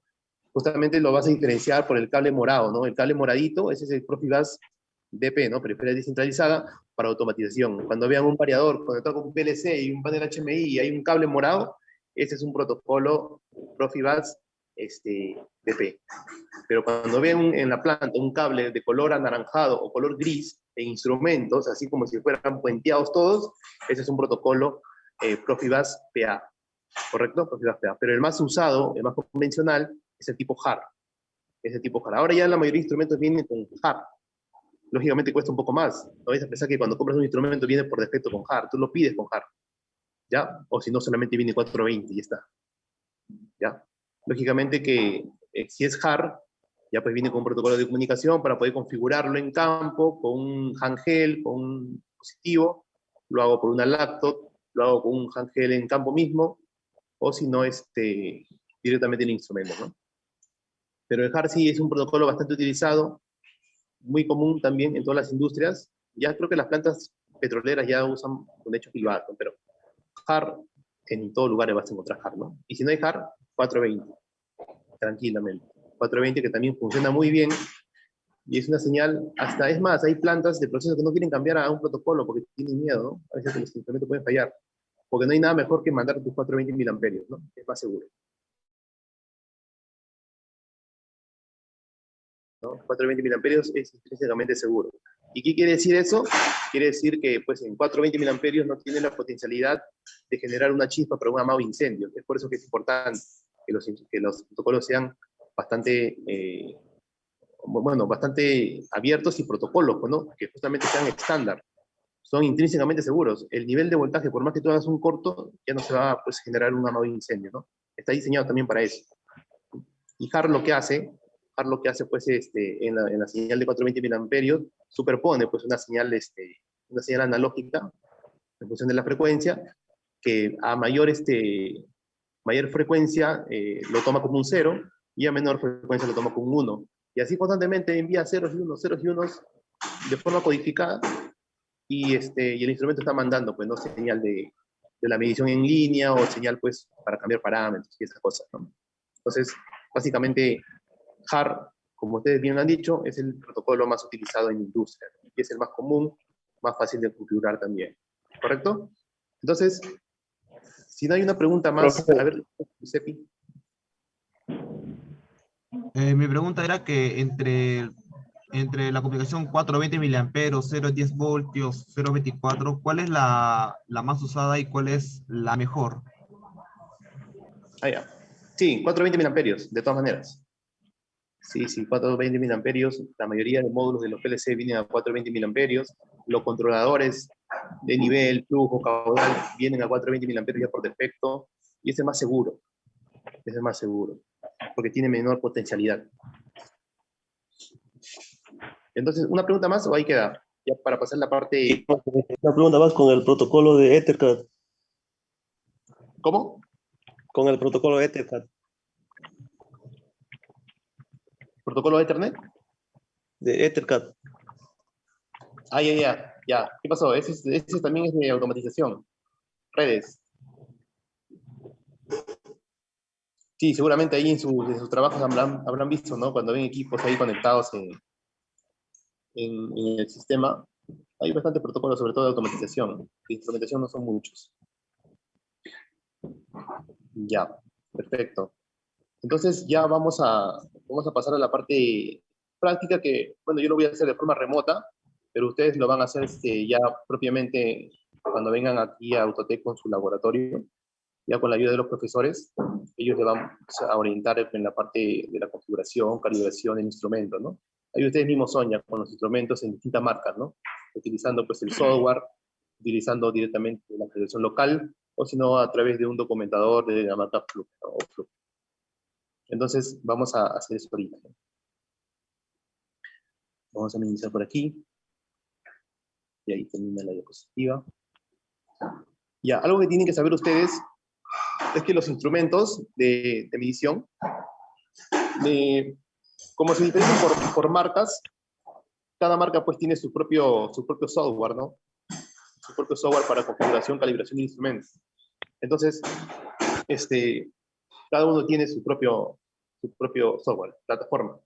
Por ejemplo, la que vamos a utilizar acá en Autotec es el FATWare, versión 4.1, es la que vamos a utilizar para hacer la configuración de los instrumentos. Yo puedo configurar un instrumento de digamos, de un fabricante, por ejemplo, ¿no? Como es el caso de Padware, que es de Vega, lo puedo configurar un instrumento que sea de la marca BB. ¿Alguien me puede responder eso? ¿Puedo hacer eso?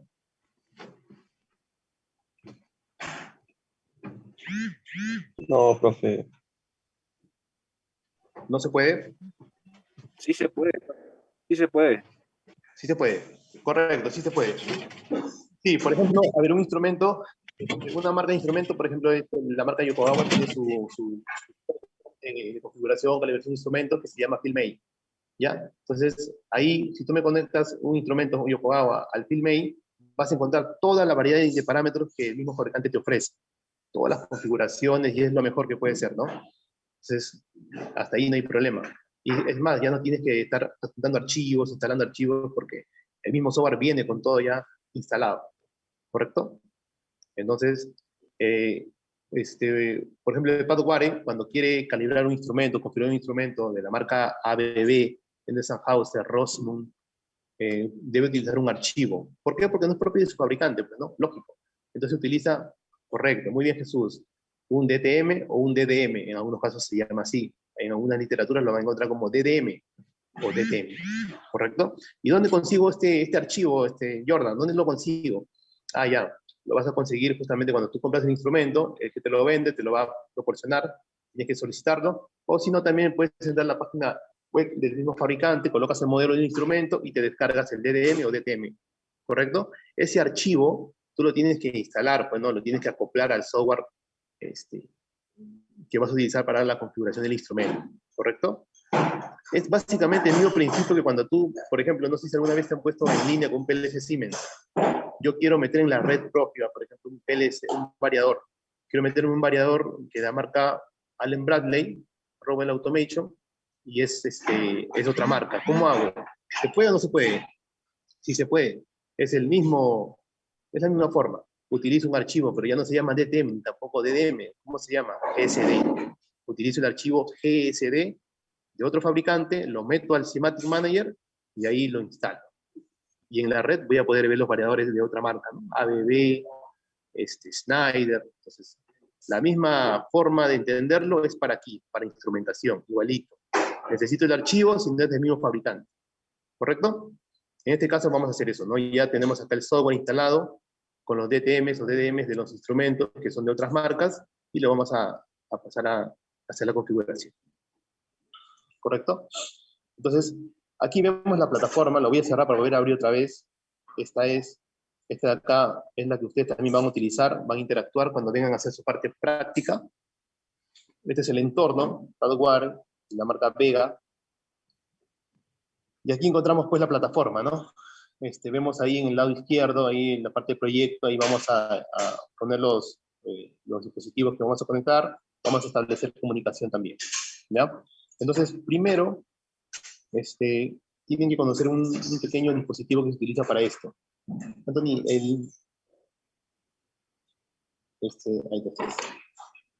Este equipo, este de acá, no sé si lo pueden ver de ahí, no sé si me ven, pero deben utilizar un modem hard. Ya, justamente el modem hard es el que se coloca pues en paralelo del instrumento. ¿Tiene cámara, no? A ver, le voy a enseñar el modem hard para que lo vean, lo conozco. A ver. Voy a poner el lente, a ver. ¿Sí? Vale, a ver. Para mostrarles la foto.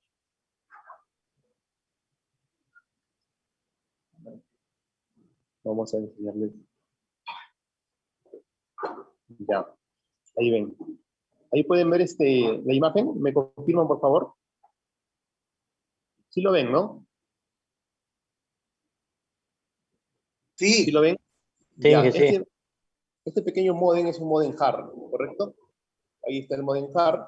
Esto lo que hace es conectarse pues con el instrumento. Ahí al frente lo ven, con el instrumento.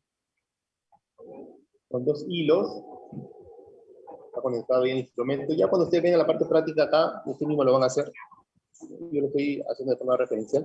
Y esta parte va al instrumento y esta parte de aquí va a la lacto, ¿correcto? A la lacto, por cable USB a 5 voltios. esta parte. Ahí está. Un lado va al USB de la laptop donde yo voy a utilizarlo. Profesor, disculpe. ¿Podría agrandar, disculpe, profesor, podría agrandarme la imagen que no se ve muy pequeñito? Ya, ahí está mejor, ¿no? Sí, así es mejor, ahora sí. Ya.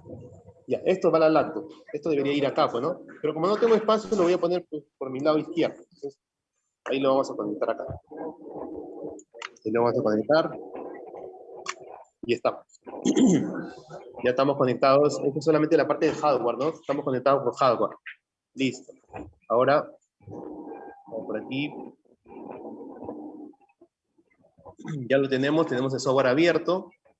Y vamos a proceder primero a, vamos a ver en qué cosa está conectado, pues, ¿no?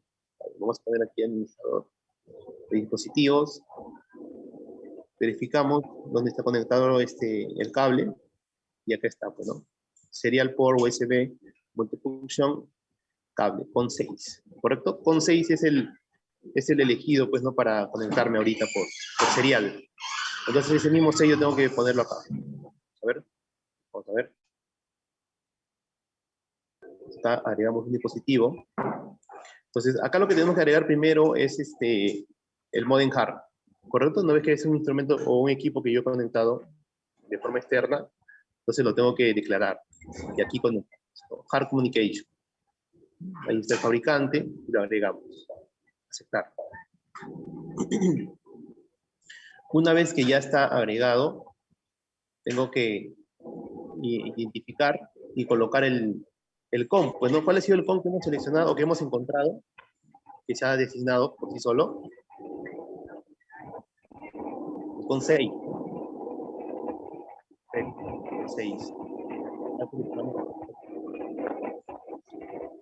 Entonces acá, dirección de inicio. Ustedes saben que pues en toda una red, digamos, de implementación, así como de automatización, cuando tú no puedes poner la cantidad de instrumentos, equipos que tú deseas, ¿no? O sea, hay un parámetro, está limitado. Por ejemplo, acá vamos a limitarlo a 15. 15 instrumentos máximos que se van a conectar de forma referencial, ¿no? Por ejemplo, no puede tener más de 120 y tantos equipos en red, ¿no? A mí me pasa con la instrumentación también. Todos los instrumentos se te quieran. Luego, cuando hacemos la comunicación, le damos clic, establecemos la comunicación, está reconociendo al modem hard, lo está reconociendo. A ver,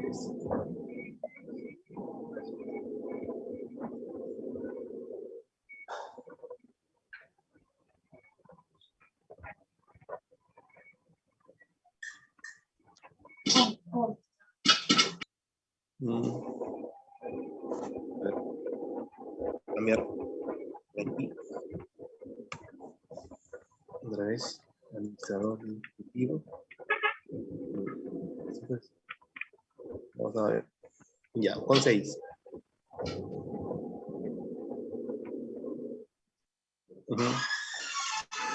Y guardamos.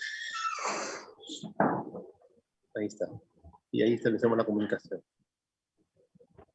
Ya, ahí ya ha reconocido al equipo, al modem lo ha reconocido. Y ahora vamos a agregar el instrumento, ¿no? El instrumento a configurar. ¿No? Y ahí vemos, pues, ¿no? Que tenemos varios equipos. Tenemos una serie de librerías. Por ejemplo, miren, como le dije que este es de la marca Vega, ya tiene Vega pues instalados por defecto, ¿no? Es más, tiene más de Vega. Vega Bar, Vega Cal, Vega Flex, todo Vega, porque es propiamente del fabricante, su marca. Entonces, tiene esas particularidades, ¿no? Mira, por acá hay otros archivos de otras marcas, hay también genéricos. Nosotros vamos a trabajar con el ABB, ¿ya? Este es el DTM del ABB, ¿ya? Del instrumento que vamos a utilizar.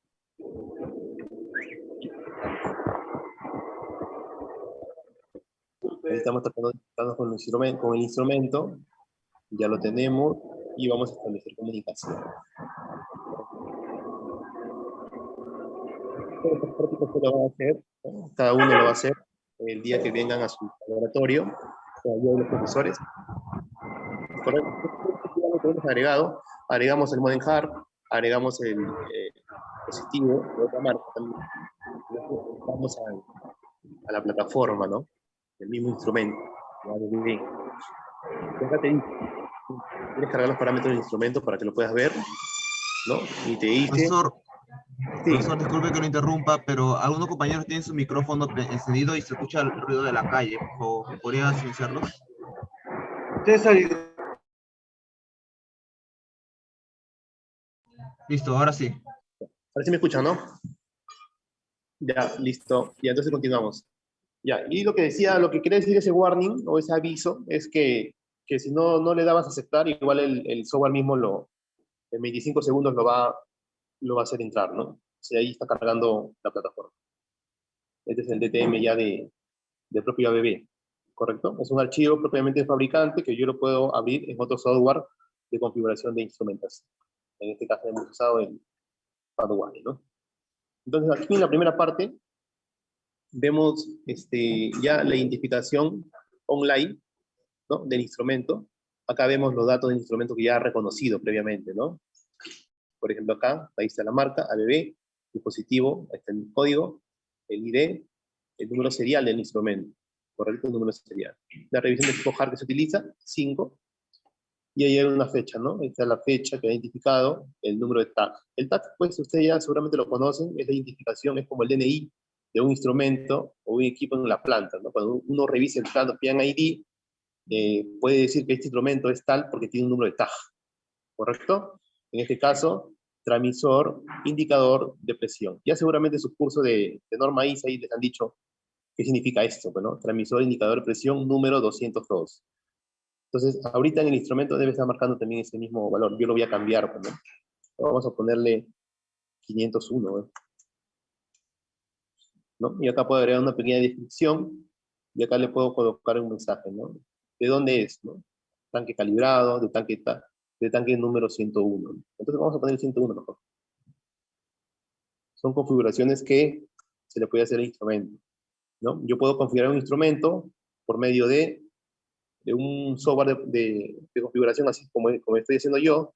Lo puedo hacer por un calibrador de procesos, documentador, puede ser Fluke, puede ser Emerson, o lo puedo hacer también la configuración directamente local en el mismo instrumento, ¿ya? Eso lo van a hacer ustedes en su laboratorio práctico. Entonces, una vez que ya moví acá algunos parámetros, yo ya pongo Apply, y esto se debe mostrar pues, en el equipo, ¿no? Entonces, vamos a ver la cámara, a ver si la pueden ver. ¿Ven cuánto indica en el transmisor? ¿Cuál es el código del transmisor de presión ahorita? ¿Alguien que me diga?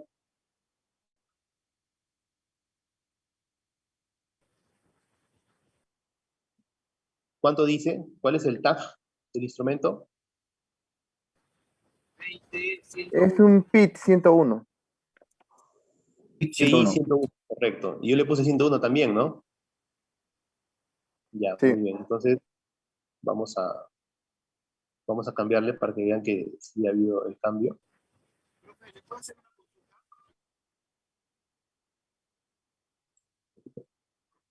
Estamos aquí. Y vamos a ponerle, por ejemplo, 500. Y van a ver que sí cambia, ¿no? Ahorita estoy conectado online ya con el instrumento.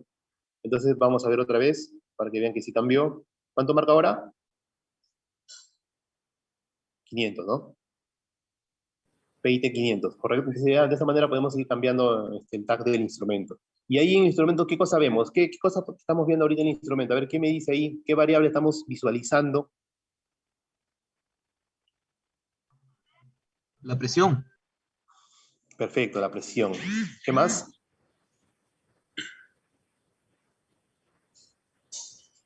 La corriente. Perfecto, la corriente, ¿no? La corriente, ¿en qué cosa? En miliamperios, ¿no? Entonces, esto indica eso, ¿no? Miliamperios la corriente. Claro, muy bien, en miliamperios, ¿no?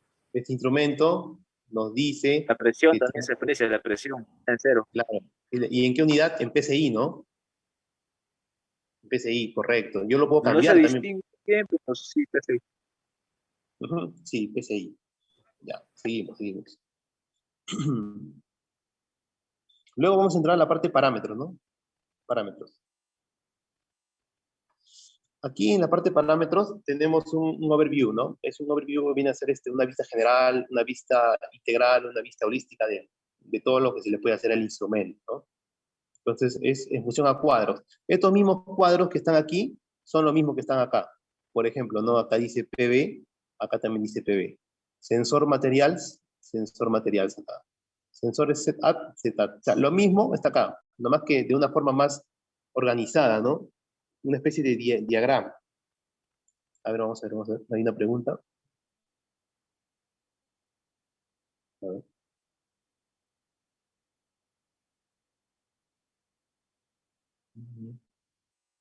Una pregunta de un compañero, a ver, vamos a leer.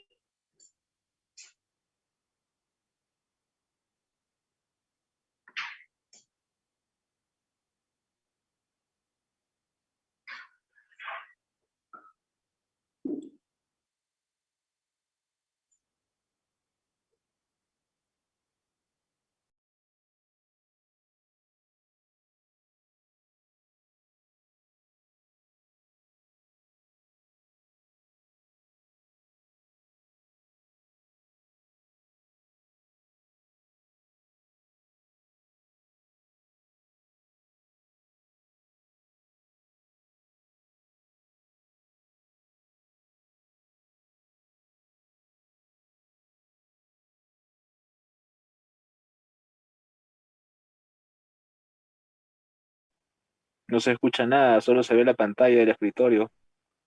No se escucha nada, profesor. Sí, un momento, por favor, acá estamos acá solucionando un problemita. Pero sí proyecta, sí se ve la pantalla. Voy a entrar a Zoom.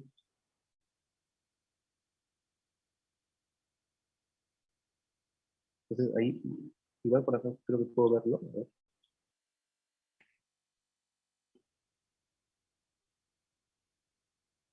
Y acá está el chat. Ahí me está preguntando, a ver qué dice ahí. Una consulta, ¿sintonizar y calibrar un instrumento es lo mismo? No, ahí vamos a responder a la pregunta. Sí me puede escuchar, ¿no? Vamos a responder esa pregunta. Sí se escucha, profesor. Ya, perfecto. A ver, sintonizar y calibrar son dos cosas muy distintas. ¿Ya? Por ejemplo, ¿qué cosa yo puedo sintonizar o qué cosa es sintonización? Sintonizar es darle unos parámetros, ¿no? Predefinidos a un controlador o un sistema para que pueda tener un comportamiento respecto al sistema y respecto a la variable que yo quiero controlar, ¿correcto? Entonces, por ejemplo, ¿qué cosa yo puedo sintonizar? Yo puedo sintonizar un controlador de temperatura, ¿no? No, quiero sintonizar pues un controlador de nivel de presión. No lo veo. Entonces, yo puedo sintonizar. Entonces, cuando yo sintonizo, yo muevo parámetros, ¿no? Correcto. ¿Para qué? Para justamente para esa variable que yo quiero controlar, yo puedo parametrizarlo y puedo tener tiempos de respuesta más rápidos, más lentos, propios al proceso que yo quiero controlar. Por ejemplo, cuando yo quiero sintonizar un controlador, le meto una integral de 0.1 o de 1 y le meto una proporcional de 10 o una integral, pues, o una derivada de 2, algo así. No estoy dando valores al aire, pero son justamente esa armonía de colocar parámetros de tiempo integral, derivativo y proporcional para que nuestro sistema tenga una respuesta bastante oportuna a lo que yo quiero controlar, ¿correcto? Por ejemplo, si quiero sintonizar pues un control de nivel, porque el nivel no me controla bien, tengo un error de, no sé, de 10, ¿correcto? De 10 centímetros el nivel. Entonces voy a hacer una sintonización, bueno. Entonces, eso es sintonizar. Jugar los parámetros de la proporcional, la integral, la derivativa, para que justamente para que nuestro sistema responda, ¿no? De una manera oportuna. Eso es. Y calibrar, no, calibrar es otra cosa, calibrar es distinto. En calibración yo lo que hago es una comparación con un patrón y un instrumento que yo quiero pues calibrar, ¿no? Eso es calibrar, es distinto, ¿no? Yo necesito un patrón de mayor resolución respecto a un instrumento que yo no quiero calibrar para saber si su valor es real o no. La diferencia de calibrar con sintonizar. Entonces ya acá estamos aquí. Vamos a entrar, por ejemplo, en esta parte de aquí que dice sensor materials. Y sí pueden ver mi pantalla, ¿no? Sí, se mira. Ya, listo. Sí se ve. Entonces, acá vamos a ver la parte de... Acá me indica, el mismo software me indica el tipo de material que tiene, ¿no? Tiene una silicona, aceite de silicona tiene internamente el sensor. Justamente silicona, como como les mencionaba, hace pues la transferencia de la presión hacia el mismo sensor, el elemento. ¿Para qué? Para poder tener la señal, ¿no? Respecto a la presión. Regresamos otra vez al overview. Por aquí entramos por ejemplo, al parámetro de PDP.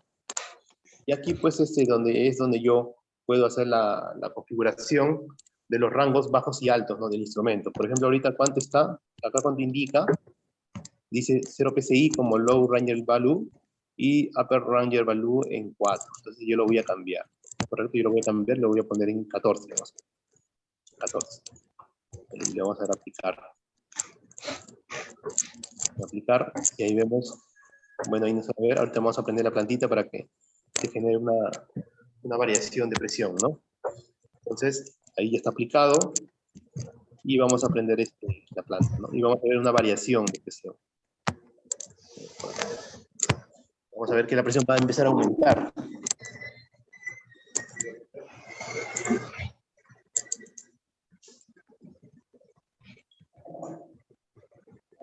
Profesor, disculpe, ¿podrías silenciar los micrófonos de los compañeros porque se escucha muy chilloso?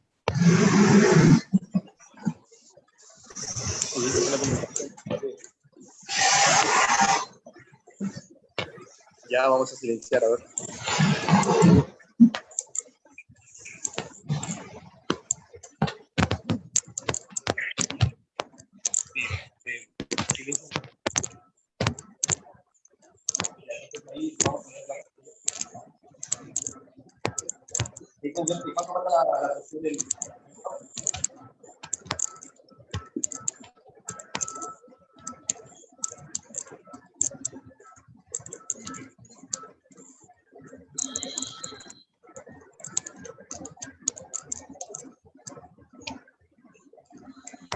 ¿Termina la presión?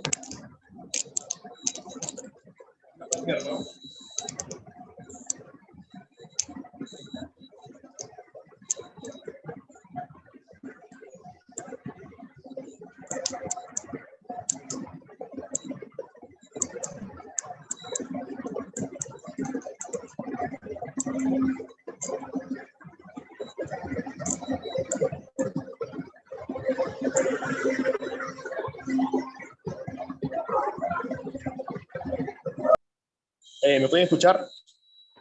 ¿Sí? Ahora sí. Ahí, ¿cuánto está marcando la presión ahorita en el transmisor?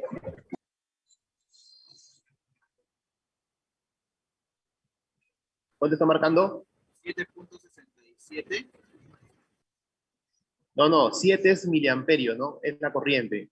La presión está marcando ¿cuándo? 3.2. 3, ¿no? 3.18. 3.22. Claro, correcto. Ahí estamos viendo la presión.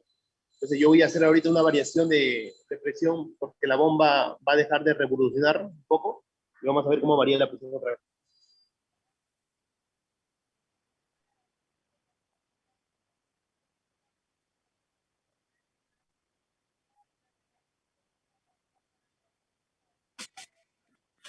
Vamos a ver, ¿no? Que hay una variación. Ya cayó ya 1.4. Entonces vamos a seguir configurando el instrumento. A ver, el overview ya está configurado. Y acá vemos la relación, ¿no? La relación que hay de la presión con la corriente, no es lineal, ¿no? A medida que aumenta la presión, aumenta la corriente. Vamos acá a prender la relación otra vez para conectarnos porque se ha ido.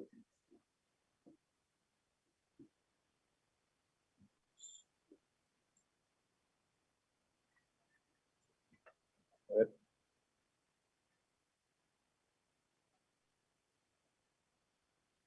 Vamos a cerrarlo porque se perdió la comunicación del instrumento.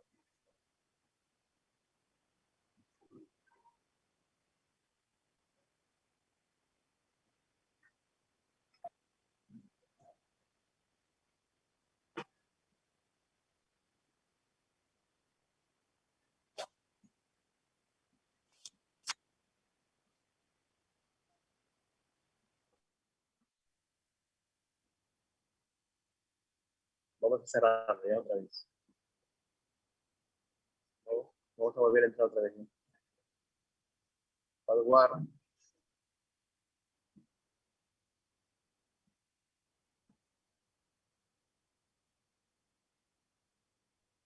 Aparte la bomba, por favor. Vamos a conectar otra vez, agregamos el dispositivo, ¿no? El modem hard, aceptar. Entramos, son 6, guardamos, aceptamos, agregamos el dispositivo, ¿no? El ABB, aceptamos y entramos nuevamente. Y ya. Ahí está reconociendo, está cargando.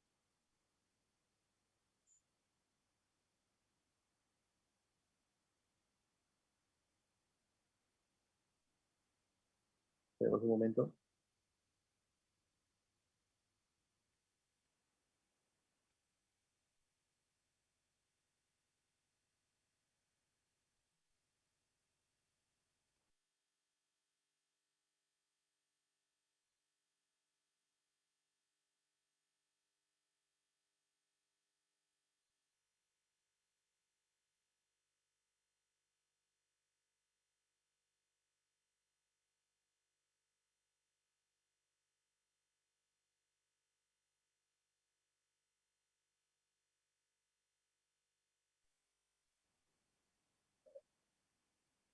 Estamos volviendo a conectar el instrumento porque ha habido una pérdida de comunicación.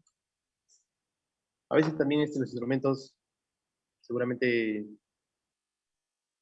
cuando están en la planta, pierden la comunicación, ¿no? Por distintos motivos, ¿no? A veces seguramente el cableado está cerca de cables de fuerza, de potencia, y se genera una inductancia, se induce, pues, ¿no? La señal, y se pierde, ¿no? Esa señal de 420 miliamperios, sobre todo si es hard, se pierde, entonces ahí es el problema de interferencia de señal, ¿no? Y en el SCADA o en el panel lo puedes ver como una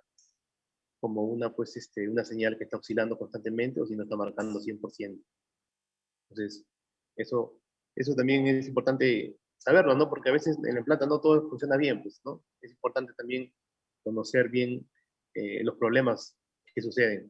Y justamente un tema de ello es el saber en qué momento puede fallar el equipo, ¿no? Y cuáles son las condiciones que pueden hacer que se genere eso. La solución para eso, Inge. Sí, justamente cuando se hace un proyecto de ingeniería, tiene que estar cableado todos los cables de señal a una propia bandeja. La bandeja de señal de todos los instrumentos, la instrumentación, de los sensores, transmisores, válvulas, tiene que ir por una sola bandeja. Muy separada, muy aislada de los cables de motores, cables de media tensión, cables de fuerza, sobre todo si son variadores. Los variadores de velocidad generan muchos armónicos, ¿no? Justamente, ¿por qué? Porque tienen bobinas internamente, genera mucha inductancia. Entonces, que tú pases pues, un cable de instrumentación con una señal bastante delicada de 420 miliamperios, cerca pues, a un cable de fuerza de un motor, no sé, 500 HP, 200 HP, lógicamente va a haber una interferencia de señal, ¿no? Va a haber problemas. Entonces, justamente, eso ya viene de la parte del dimensionamiento, ¿no? De la instalación. A ver, vamos a intentar otra vez. Ya.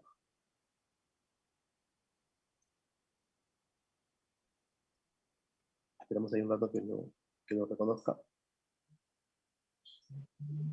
Sí. ¿Algunos de ustedes alguna vez han tenido un problema con un instrumento, falla de comunicación o de repente el montaje en el proceso? Yo tuve problemas con ¿Problemas como cuál? A ver. tenía estabilidad de señal. Con la señal del instrumento.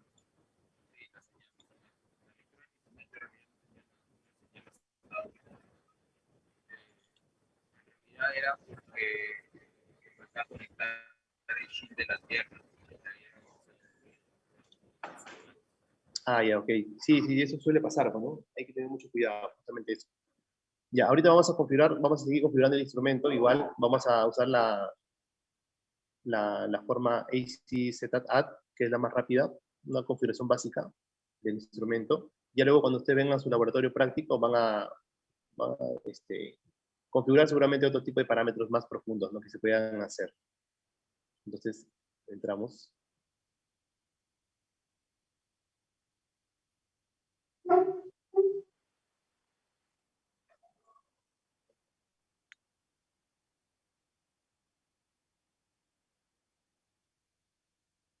Profe, consulta. Sí. Sí, te Profe, escucho. ese programita, Padward, también soporta, aparte de Java, el Profibus PA y el Foundation Fieldbus. Claro, exacto. Sí, sí, otro tipo de protocolos. Justamente está diseñado para eso. Recuerda que los fabricantes cuando venden sus instrumentos, venden con distintos protocolos, ¿no? Y los software están preparados para eso, ¿no? Con protocolos Foundation Fieldbus y Hard, que son los más comunes, ¿no? Ya, entonces acá el instrumento ya está definido, su característica, bueno, de nombre, de tag, y luego le damos next, ¿no? Aquí en la parte de, a ver, vamos a poner por aquí, que vea. Aquí en la parte de configuración, acá configuramos la presión, perdón, la unidad de la presión que vamos a medir. Tenemos este rango de unidades. Tenemos atmósferas, tenemos bar, tenemos pulgadas de agua, tenemos pulgadas de agua a 4 grados, a 20 grados, tenemos kilopascal, tenemos megapascal, milibar, ¿no? Entonces seleccionamos la medida que más, o la que necesitemos, ¿no? En el proceso. Puede ser un bar, que es bastante común. Vamos a buscar bar. Vermicelli, bar. Ahí está el damping. El damping es justamente el parámetro que se conoce como amortiguamiento, ¿no? O damping en inglés. Esto de acá se ajusta normalmente a nuestros transmisores. ¿Para qué? Para que tenga un tiempo de respuesta bastante lento o rápido en base a lo que yo le voy a poner. ¿Qué quiere decir que diga un segundo? Un segundo quiere decir que el instrumento va a mandar su señal de actualización al controlador, al PLC, a cualquier dispositivo de control, cada un segundo, ¿no? O sea, no va a tener muchas variaciones. Pero si yo lo pongo en 0.5, va a ser más rápido, ¿no? Va a enviar señales más rápidas. Y eso también puede tener un problema en el proceso. ¿Por qué? Porque puede inestabilizar el proceso, ¿no? Es muy oscilante, demasiada actualización de la señal. Entonces le damos un damping de 1, ¿no? Normalmente se le pone 1 para que cada segundo actualice la señal al controlador, ¿no? O al PLC. En la parte de aquí, seleccionamos el tipo de aplicación, ¿no? Acá está en inglés, pero vamos a traducirlo. Acá, por ejemplo, si yo voy a medir presión directamente o voy a hacer presión diferencial, selecciono pues esta primera parte, ¿no? Si yo voy a medir, nivel, porque les dije al inicio que yo puedo medir nivel en función a presión, se puede, claro, por presión hidrostática, se puede. Entonces yo colocaría aquí, ¿no? ¿Qué pondría? Level Calculation, Open Tank, Yacht, Remote Seed. Esto es también lo que preguntó el compañero. Esto de acá es para qué? Para calcular nivel de un tanque abierto sin sello. Sin ese sello, ese que me preguntó, ya, sin sello. Acá yo puedo medir nivel con un tanque cerrado sin sello, ¿correcto? Yo puedo medir nivel a tanque abierto con un sello, o puedo usar con 2 sellos, ¿correcto? Y el último es la medición de nivel para aplicaciones de vapor, no steam. Ahí lo dejamos así, le damos next, y acá le damos el rango, ¿no? El rango del instrumento que va a medir. Y como estamos en bar, le vamos a poner un bar, ¿no? Un bar está bien. 14.5 PSI. Le damos next.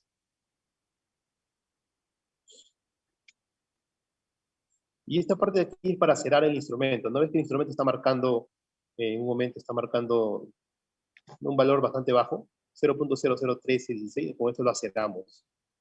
Es acerar el instrumento. Para 0, lo va a mandar a 0. Pero como el instrumento tiene bastante resolución, ¿ves cómo baja? Está .0004025. Sí lo pueden ver, ¿no?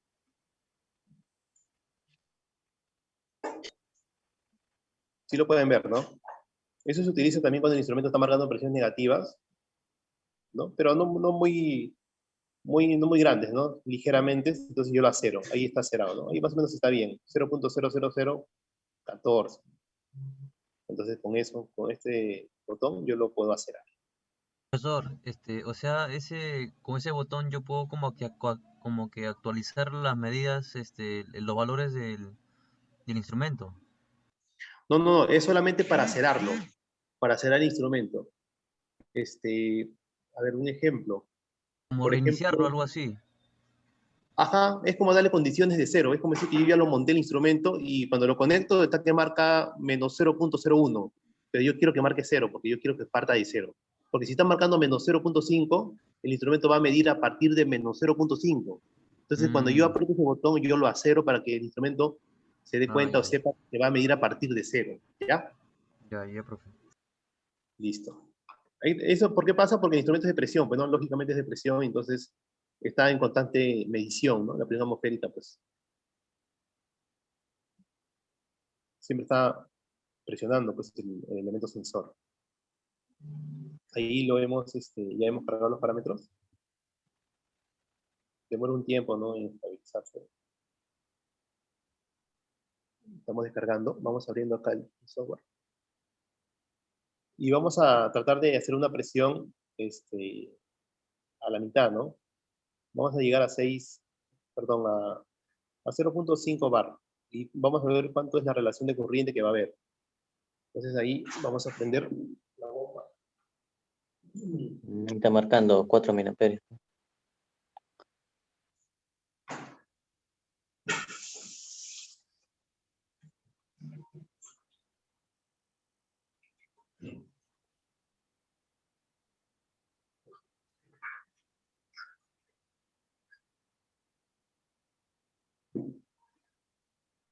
Y ahí vemos que está aumentando la presión y la corriente también, pues, ¿no? La corriente. Vamos a tratar de llevarlo al 50%, ¿no? La barra de abajo, esa barra espaciadora que se está moviendo, es la señal de la presión.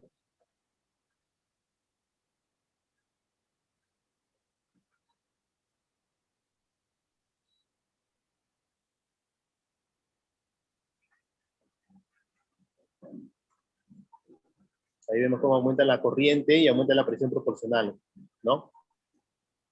8 miliamperios. 7.5.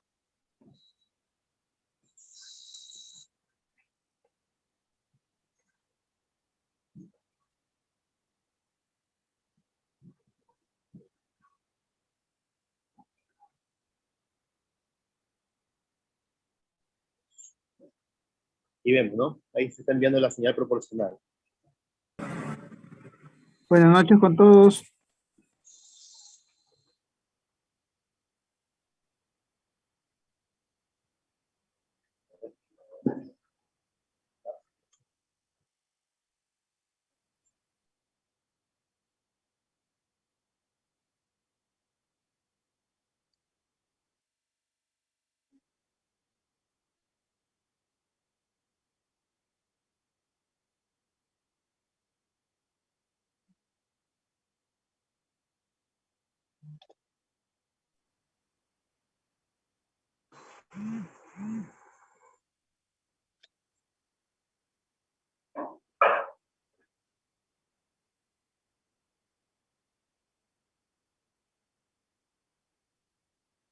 Ya, entonces ahí vemos más o menos una presión de 0.67 bar y una referencia de corriente de 4.72 miliamperios, ¿no?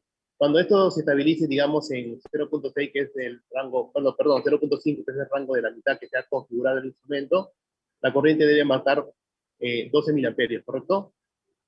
Ahora yo les pregunto a ustedes, ¿cuánto debe marcar la corriente si el instrumento está midiendo un bar? 20 miliamperios. 20 miliamperios, correcto, ¿no? Perfecto, correcto. Y si está midiendo una corriente de 4 miliamperios, ¿cuánto bar va a marcar el instrumento? 0 0.25. 0. Va a medir a 0 bar, va a ser 4 miliamperios.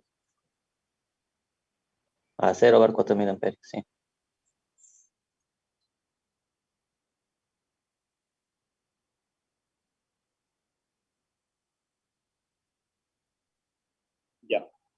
Entonces, ahí vemos que está bajando todavía un poquito más. Profesor, ¿el escalamiento es automático? ¿Se escala así automáticamente o puede haber falla en escalamiento?